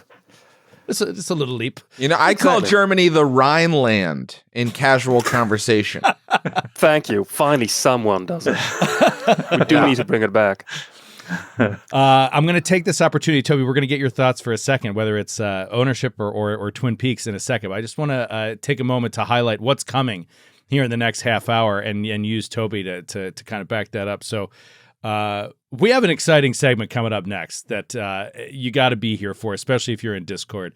If you see it on the topic list, you see it's called Beat McD. It's going to be a trivia contest, head-to-head, a caller against McD in a trivia contest. We're going to get to that in a second, but I just wanted to... And the winner, by the way, if you beat McD, you're going to walk away with a fun prize. So we'll talk about that in a minute before we get into, lastly today, our book club, where we're going to talk not only about books that we might happen to be reading or finishing up right now, but we have chosen a book for the Glass Cannon Radio Book Club that if you want to get and read along with us, we're going to read it and we're going to do a whole segment on it in a month. So like a book club. We're all going to read it together. Yeah, it's going to be really fun. So stay tuned for that as well. The reason, and then when we meet again, we're going to have a lot of callers who just call in and go, you know what, guys, I know we were supposed to, but I didn't read it. Because that's how book clubs work. Oh, yeah. I fully intend to not finish this book and go to the book club and be like, yeah, I stopped because the acting was terrible. So Toby, the reason I bring it up while Toby is here is because Toby is an amazing artist and was kind enough to whip up some art for us for Beat McD. So when that topic eventually gets here, you'll see the new artwork for this segment. And I just want to highlight the artist. It is our own Toby here who's joining the call. So thank Thank you In the so much meantime, for doing that. yeah, Toby. thank you, Toby. Thank In you. the meantime, thoughts on Twin Peaks? Absolutely. There's a couple of points on Twin Peaks. First of all, I'm shocked that Joe hasn't watched it whatsoever because I I'm know shocked Joe too, Toby. But Joe Joe is isn't super into- educated on a lot of things. He's scared Well, by you know. David Lynch. David Lynch scares him. Yeah, he says David Lynch is the devil. I'm legitimately After- frightened by David Lynch. When Joe watches a David Lynch movie, he runs to church if you are and asks afraid of the David Father Lynch, to forgive him. watch David Lynch's opinions on depression, and you'll see he's a sweet man. He was a very sweet man. Well, He, the research I did for this show was so enlightening about like how beloved this guy is, and not just his art, but the man himself. Beloved. insightful man, very deep Yeah, soul. which I think is really Joe's cool. more of a Michael Bay fan. He's in the Bay Area. He's in Michael the Bay Bay Area. very much is the David Lynch of our generation. But no, please, we keep cutting you off. By all no, means. all good. No, I'm just surprised because someone else mentioned it in Discord earlier as well. But it's expected viewing for anyone that plays Delta Green with me, really, because especially if you have kind of a comedic twist on Delta Green because you want to lighten the mood a little bit. Twin Peaks really is an excellent sort of stepping stone into the whole experience, and with the dreamlike sensation of impossible landscapes, which is what I'm running right now as well. You really want to get some inspiration from David Lynch. And Yeah, it's literally about an FBI agent going and investigating a Exactly. supernatural Yeah. mystery. There's no Delta Green without Twin Peaks either. Yeah. Exactly. And something that Skid might know, because Skid, I think you've lived in Japan for a while, right? Or you've been there for a little bit. But Twin Peaks was huge in Japan to the point where they had a mock funeral for Laura Palmer in Japan. Yeah. And there's it's crazy. The town they filmed Twin Peaks in, it was swamped by Japanese tourists for a good few years. Oh yeah. Wow. Well, and that makes sense because J-horror, Japanese horror, definitely loves the ambiguous ending, the sort of like unexplained moments. A lot of like really great Japanese horror kind of follows that same sort of pattern. Totally. There's actually a series of coffee commercials that were filmed in canon within Twin Peaks, and they were filmed or directed by David Lynch, I think. They're all like 15 seconds long, but they do happen canonically within Twin Peaks, which are pretty fun. Yeah, I've seen clips of that. Yeah, I would recommend them just to get the full experience, obviously. Yeah, actually, X-Files was huge in Japan too. When I was at, that's where I started watching X-Files. It was like one of the few things that was in English at the video store. So I rented those all on VHS. So I can't even imagine how like blown away you must have been by X-Files. Like, when oh you my were god, in Japan, bought it, and sat down to watch it. A Skid Maher. I can't even believe you just must have been like, this is the greatest thing I've ever Talk seen. about binging. I would literally, because I'd go to the video store. It's just like talking about like like I'd go in, like I'd get the two of the tapes, go home, watch 4 episodes, like, oh, I gotta watch the rest, and go back and get the next 2. But you know what? Back on the streaming conversation a little bit. I miss the X-Files style of story where you get a done-in-one story, usually, but then every once in a while you get a mythology episode that connects to a larger story. Yeah. How come nobody does that anymore? Why do I have to watch every episode? Yeah. Well, it's because you don't drop in and out anymore, right? You get all the episodes on your streaming service, so they don't have to rely on episodic storytelling anymore. But I miss it, Toby. I miss it. I agree. I miss you. I miss us. And thanks for the call, Toby. What happened Thank to you us, for the Toby? call. That's an interesting point to bring up. Is the whole? When did this? What is your memory of this first starting? The actual like episode to episode connected narrative, like a mini series, but The Sopranos. Well, no, The Sopranos is pretty episodic, but that would be the beginning of like The Sopranos would be the beginning of like. I think Lost comes out after The Sopranos. The Sopranos to me is the beginning of what you call the prestige television, where it's all meant to kind of look like a movie, because TVs and movies looked very different at the time in the late 90s.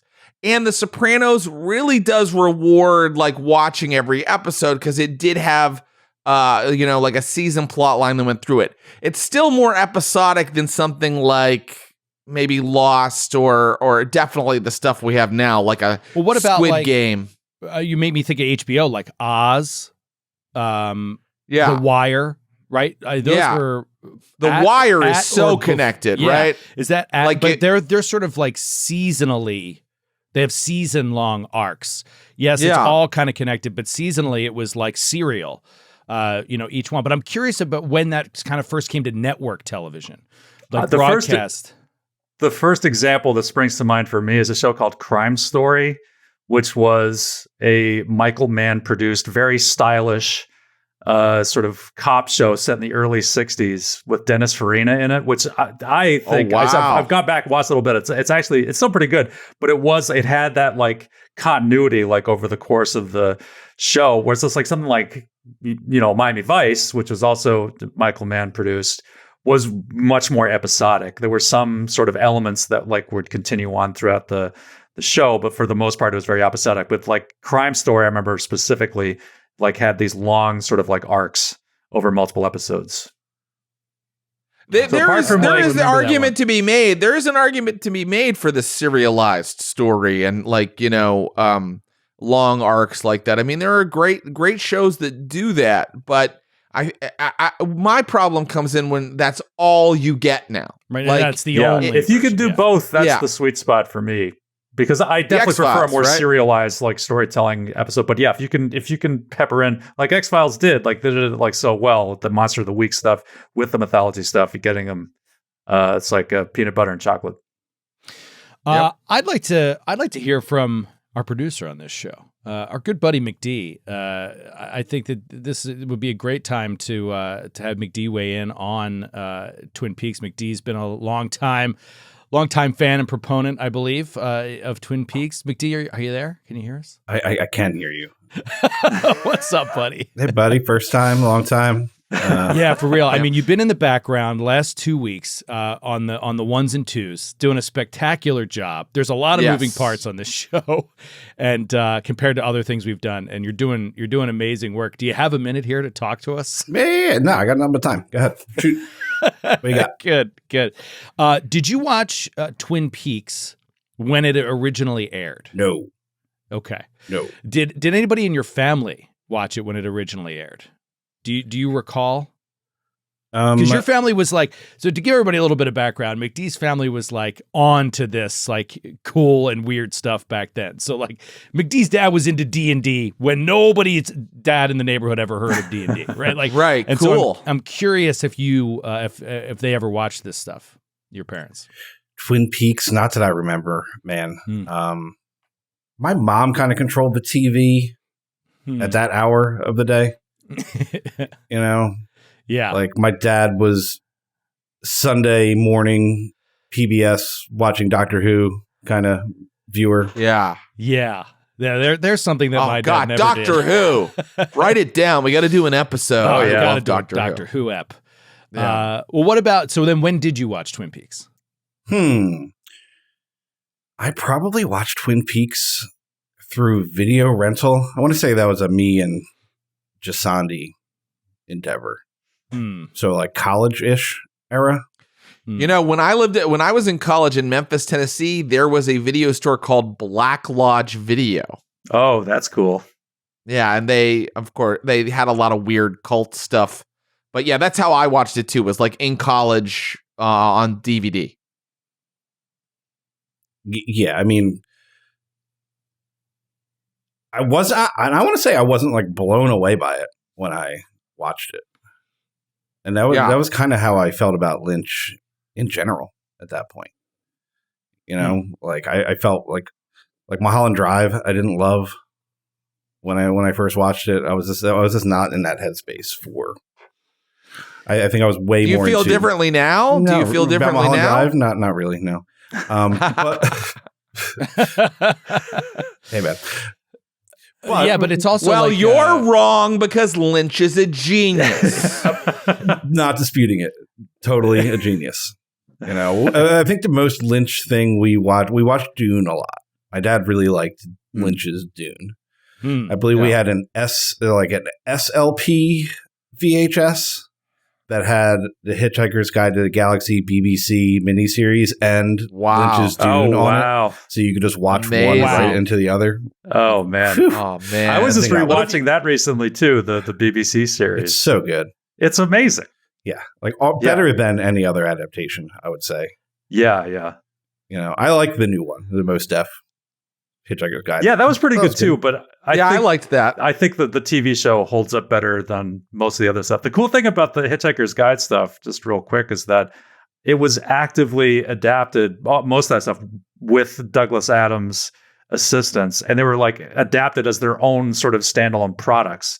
They weren't just like, this is a version of the book. It's like, we're just going to move the book into this medium. It was just like, this is a show. They'd have new material in them that like Douglas Adams would write specifically for them. It was like, it's great. It's like, there's a lot to mine in like the Hitchhiker's Guide universe. Well, it was There's a radio another play topic you got to first. write down, right? Yeah, right. Hitchhiker's Guide to the Galaxy. Yeah, like it wasn't even This a novel segment at is first. just, that would be a good topic. The segment. I'm an idea guy. Just FYI. Yeah. Ad Raven in Discord chat says Hitchhiker's Guide episode. Yeah. Why not? Yep. I mean, You gotta actually, have yeah. I did. Done. Can we do a Dirk Gently episode as well then? Oh. Big fan. I read Dirk Gently when I was in high school. That was awesome. The Long Dark Tea Time of the Soul might be the best book title ever. Yeah. It's up there. Yeah. Did Twin Peaks inspire any of your ideas as you were co-GMing Impossible Landscapes? Oh, yeah, for sure. Yeah. Lynch in general, you know, like he was not afraid to just be like weird. And like weird is kind of scary when everything else is a little mundane. Yeah. Right? Yeah. Like when it's just like a little off. And it's even, I mean, going back to like the Twilight 2000 one that we did. Yeah. You know, just like some of those notes where it's just like, oh, there's a baby crying in the distance. Yeah. Ooh, right. Yeah. It's just No like, explanation. No explanation. You know, let your mind figure out, you know what I mean? You paint the picture of why this is upsetting. You know, like, 100% that.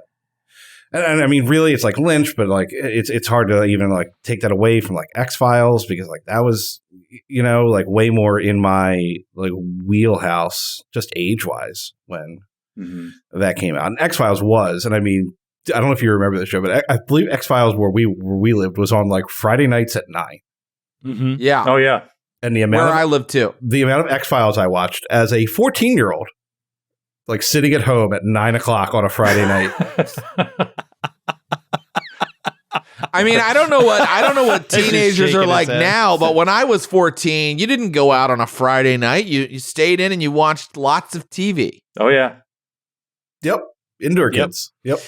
McD and I were not in the woods with everyone else smoking weed and drinking beer. With all the other kids. We were scared. That was Miami Vice. Miami Vice had the exact same time slot in a different decade. Miami Vice had the exact same time slot. That's awesome. Let's take a call here because we're going to wrap up our discussion here soon because we got to get into this trivia contest, which I'm very excited about. Drogonath has had their hand raised. Drogonath, if you want to join us, your mic is muted there. If you unmute, we should hear you. Hi there. Hey, how Hi, are you? Drogonath. Drogonath, thoughts on Twin Peaks? Yeah, I just have like one quick thing I want to say because I think that Twin Peaks kind of gets an unfair. I think it gets a little. We can get lost in the weeds too much of like it's just weird for the sake of being weird, and so that I think that might turn a lot of people off of watching it. I will say that personally, I know a lot of people that watch the show. When you end the third season of Twin Peaks, I think you have a lot more answers than people I think give the show credit for. You know, it's a mystery show at the end of the day, and I think if everything kind of got wrapped up in a neat little bow, it wouldn't really have the staying power that it has. But yeah, I just wanted to say there are answers to be had for sure. I think you get the download that you need at certain points during the show. Cool. Yeah, I agree. I think that's changed a lot in the last 30 years, where it's just expected that everything is explained to you. Like in media generally, where it's just like it's okay to not explain stuff. Yeah. If Lost taught us anything. Don't explain anything. Is that it's okay to not explain stuff. But yeah, like Drogonath says, I find that interesting. I hadn't heard that specific take before. It's like let's not swing the pendulum too far into saying Twin Peaks doesn't give you any information. Like there are some things that are definitely wrapped It up. gives you definite answers. Like there is another dimension called the Black Lodge, and demons can get in and out of it and take the forms of other people. You know, very easy to understand concepts like that. These are just facts. Yeah. There's a Absolutely. giant that appears to you while you're suffering from a gunshot and gives you 3 prophecies. Easy to understand genre tropes.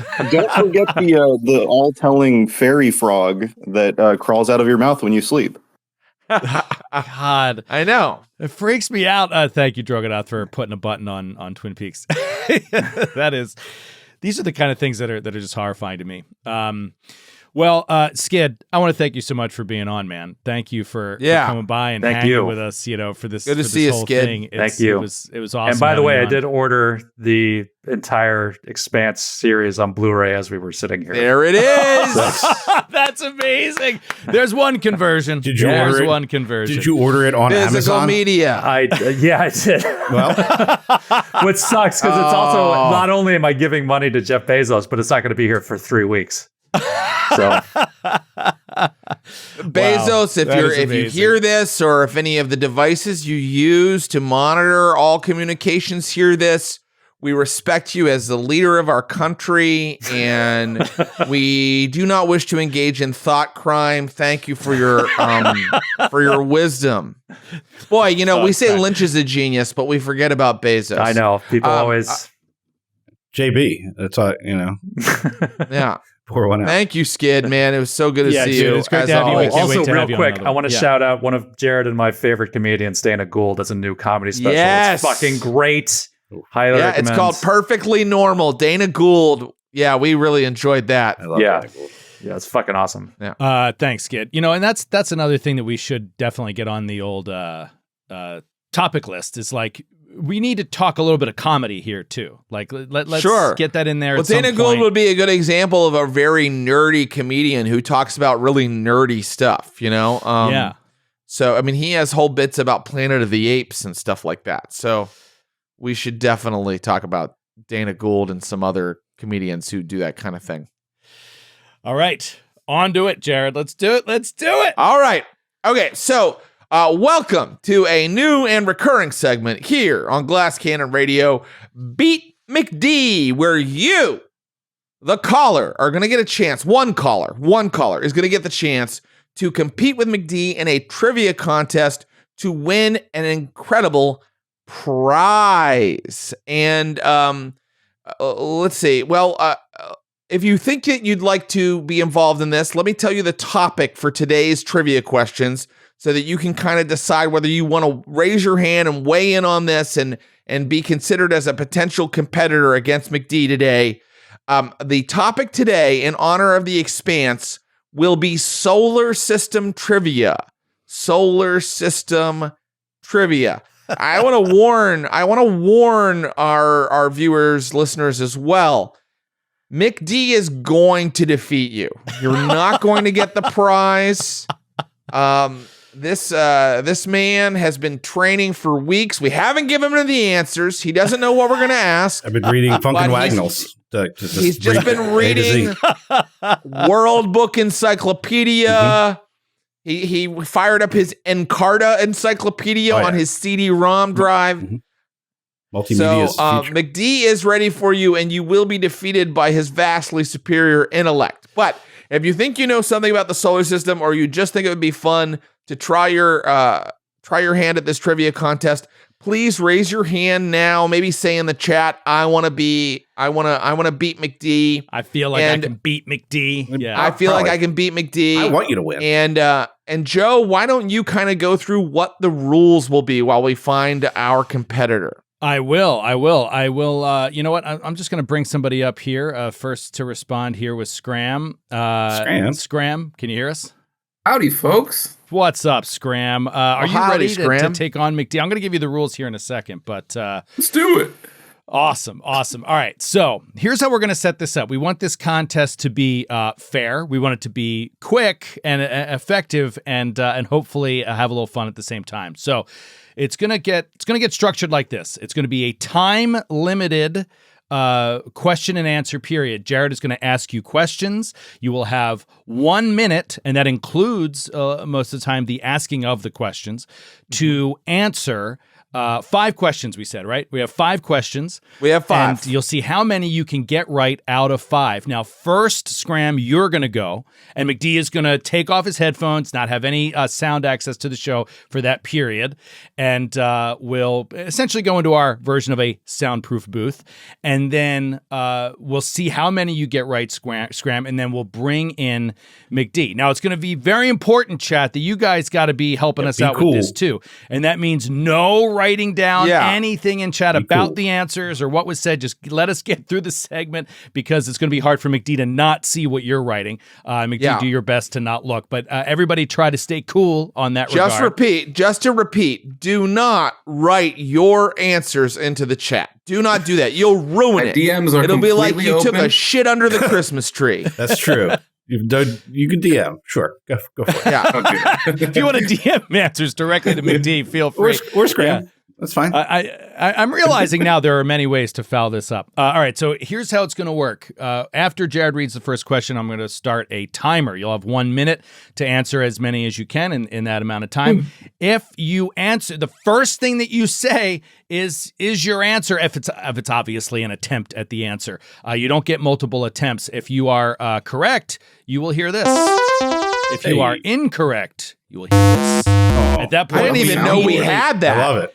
I just did it this morning, so we're ready to go there. I just wanted to keep it quick. You either know you're right or you know you're wrong. We move on to the next question. Jared, you will move on to the next question. We'll see who gets the most right. Whoever gets the most right wins. If it is you, Scram, you will win a $35 gift card to our merch store, digital gift card that we'll send out to you immediately. If McD wins, I don't know what's going to happen. I guess we'll just mock you. If McD wins, he wins a $35. You have to send me $35. Yeah. Scram, you have to mail McD. Scram has to send McD $35 in cash. I'll send you. Oh, yeah. I'll just give him my Venmo. But no, you're right. Cash is better.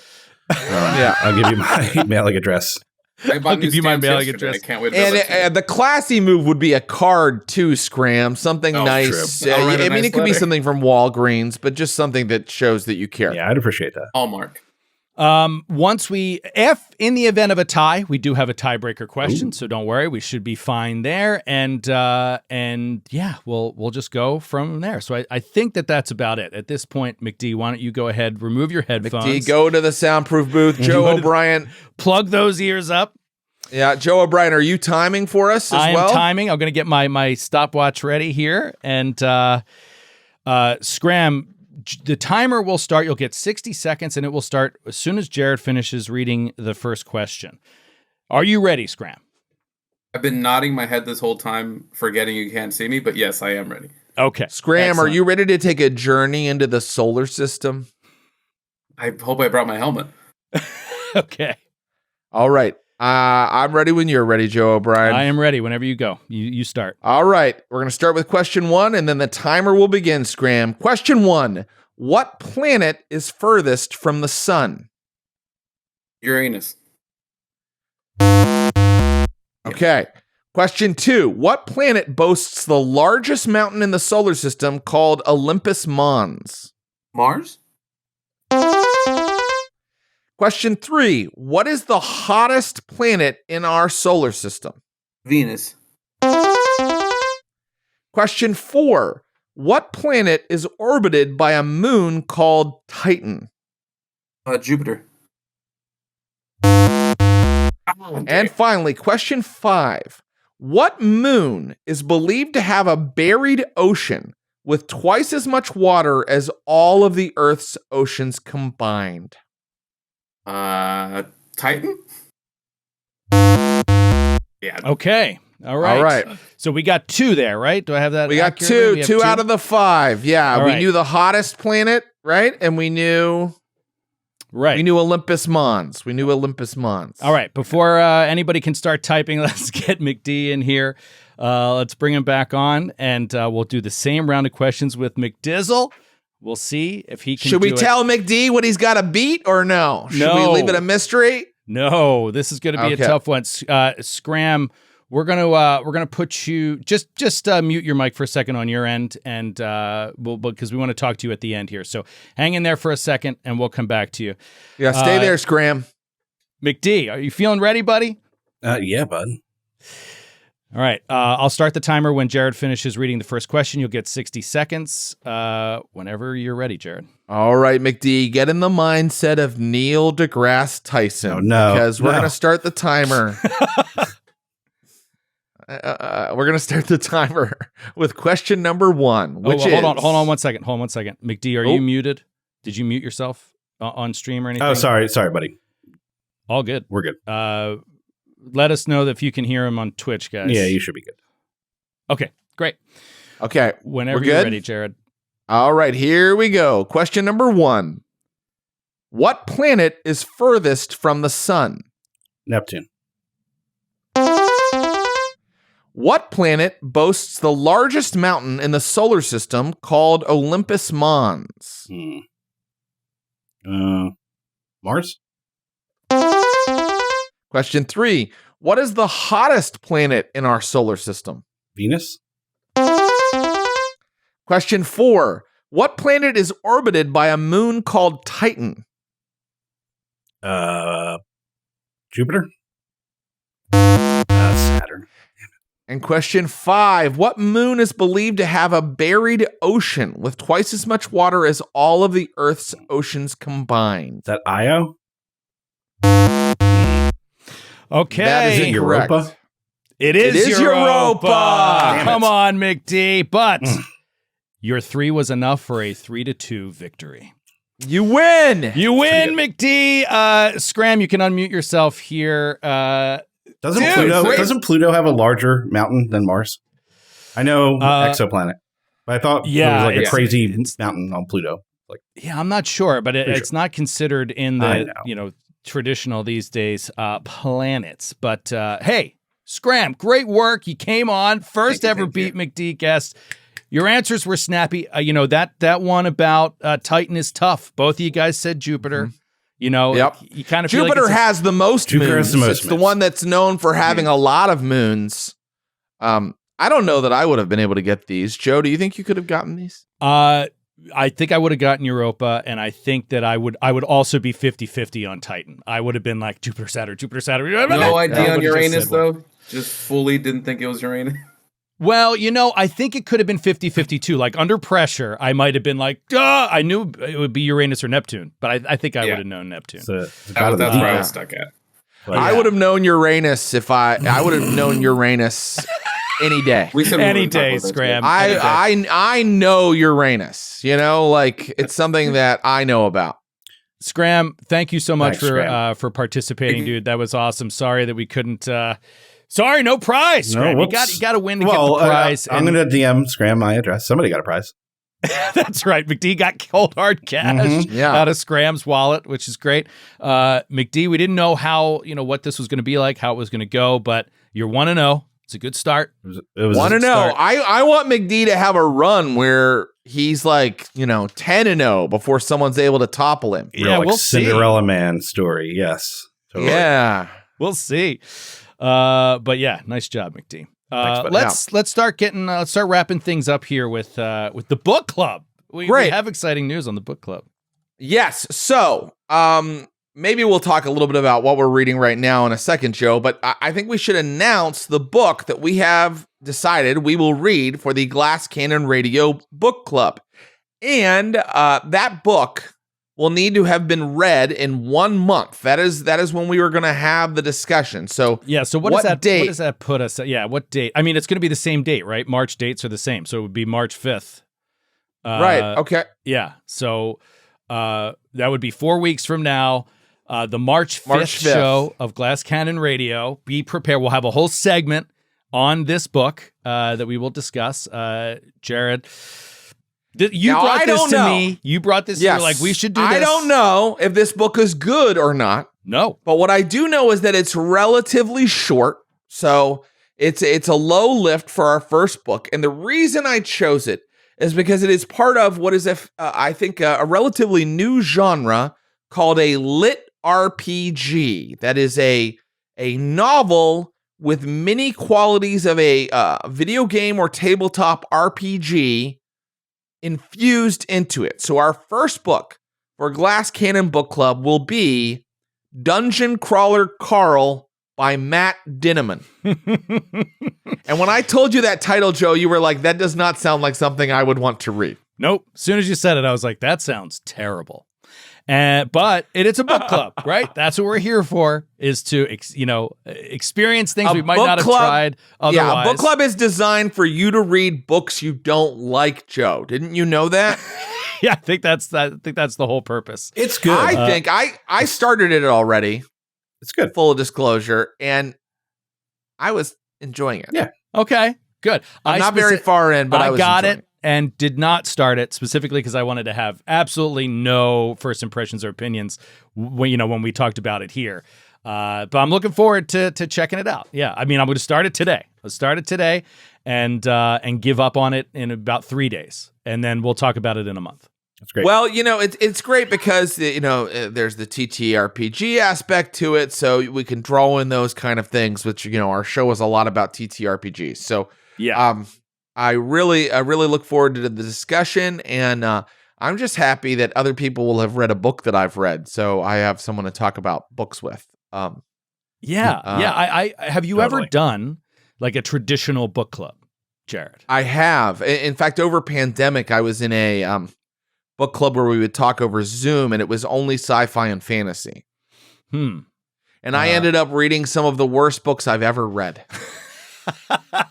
And did you finish stay all away of them? Stay away from V.E. Schwab. Yes, I did read all of them all the way through. I read a book, Joe, in that book club that was from the point of view, first person narrative from the point of view of a crow during a zombie apocalypse. All right. Oh my God. The problem with book clubs is that people are like, wouldn't it be funny if we read this? No, it wouldn't. Pick things are good. So I just want to let people know I have heard Dungeon Crawler Carl is super fun. I wouldn't have picked it if it, and I wanted something that was a low lift. I didn't want us to be like, let's read Lonesome Dove. It's only 1,200 pages, you know? So, all right. Dungeon Crawler Carl by Matt Dinneman. If you're listening to this, watching this now, pick up a copy, check it out with us. And a month from now, we'll come on and we'll take calls on it. We'll all talk about it. It'll be super. McD, you already read it, right? I already read it. It's still on Kindle Unlimited, right? Kindle Unlimited. It's on Kindle Unlimited as that's well. How I got it. Yeah. Yeah, you can get it for free, kind of, sort of. I didn't get it. I don't have unlimited, but I bought it on Kindle. So it was actually kind of hard to find, at least on Amazon. The hard copy was. Well, they don't want you to own it. Exactly. You can have a license. I only have a license to read it. Mm-hmm. Correct. Joe, what are you reading right now? Right now, I'm actually going to put down, in order to read this book, I'm going to put down a historic fiction novel by, I had never heard of this author before. Have you ever heard of Con Igulden? I believe that's how you pronounce his name. Con Igulden, who must be a pretty established historical fiction writer. I hadn't heard of him, but he has several books. This one I noticed when I was visiting London. I just happened to be in a bookstore over Christmas, and I saw this book series about the Wars of the Roses, but it was historical fiction. Oh, cool. And I was like, okay, this is something that could be up my alley, I'm a huge Game of Thrones fan, so kind of Game of Thronesian kind of thing, but without magic and with, some fictional characters, but some real characters, etc. And I am thoroughly enjoying the first book, which is called Stormbird, I think it's called, but it's in a 4-part Wars of the Roses series, 1400s, England and France. Really cool characters, everything from the king to like earls to like farmers. You have really cool characters at every level. People that are, and how this war really starts. That's awesome. It's really interesting. So I've been really Have you ever read any Bernard Cornwell? Yeah, so that's why I was reading. I love Bernard Cornwell. He is one of my all-time favorites, and I was reading the Grail series. I was reading the Grail series, loving it, but I just wanted a break from it. And this fast forwarded time a couple hundred years, and so I was like, this will be fun to check out, and I really am enjoying it. McD, are you reading anything cool? Yeah. Well, I just finished The Fourth Wing. That was pretty good. Right on. And then I'm now rereading. Last night I started rereading. I mentioned it to you, the Arisen series. Which is right on. I got the Arisen series. I just haven't cracked it yet. It's like military zombie fiction. Basically treats like special forces military people as like superheroes. It's wild. It's like they're basically the Avengers in a zombie apocalypse, and I'm into it. Fantastic. I'm into military versus zombies. That sounds like so much fun. Fantastic. It's also Kindle Unlimited. It's terrific. Highly recommend. Yeah. Nice. And what are you reading, Jared? Well, I'm on page 707 of Vanity Fair by William Makepeace Thackeray, written in 1848. Wow. It's okay. Wow. I can't believe you can do 700 pages of It's Okay. That's amazing. I mean, it was a lot better in the first half, I felt, and then it kind of like, I'm 100 pages kind of before it's over, and it's just ending after ending after ending. It's ending so many times. But you're wrapping it up at a nice time here where you can hop into I like a Dungeon chunky Crawler 19th century novel sometimes. And Dungeon Crawler Carl will be a welcome change of pace. I'd be interested to hear in our book clubs down the line. I'd be interested to hear a top 3 all-time list from you for like 19th century novels. Oh my word. yeah. Don't get me started because be no one top will care. Yeah, I will. Well, then I'm doing it. I hold your You're opinions making me in high excited. regard. I would love to do that. Great. Well, I think that about wraps her up, buddy. That does it. We'll be back next week. We'll be talking about the what is it called? The Video Game Foundation Archive. Yeah, what is it, McD? This is McD's idea to discuss. What's it called? It's the Video Game History Foundation. Video Game History Foundation. Yeah, and they were in the news last week, or early this week, by opening up their archive of basically a high-res scan of basically every video game magazine ever printed. Yeah, amazing. Everyone to use for research purposes or just read. And it's fantastic. There's design docs in there. There's promotional materials. It's a lot of like video game ephemera that would just disappear, and nobody was taking the trouble to archive these things. And I can finally get in there and look at the Nintendo Power that'll tell me how to beat Ninja Gaiden 2. Oh, don't play Ninja Gaiden 2, dude. What? I gotta finish it, man. That game. That game. They took the wrong lessons from Ninja Gaiden and made Ninja Gaiden 2. We're like, it's real dumb. Oh. Well, I'm very much so looking forward to getting some video game talk on this show. Yeah, so we'll get that too. in next week, among other things. Very much so looking forward to it. So, thank you, McD. Thank you, callers. We'll see you next week. Bye, everybody. Have a good one.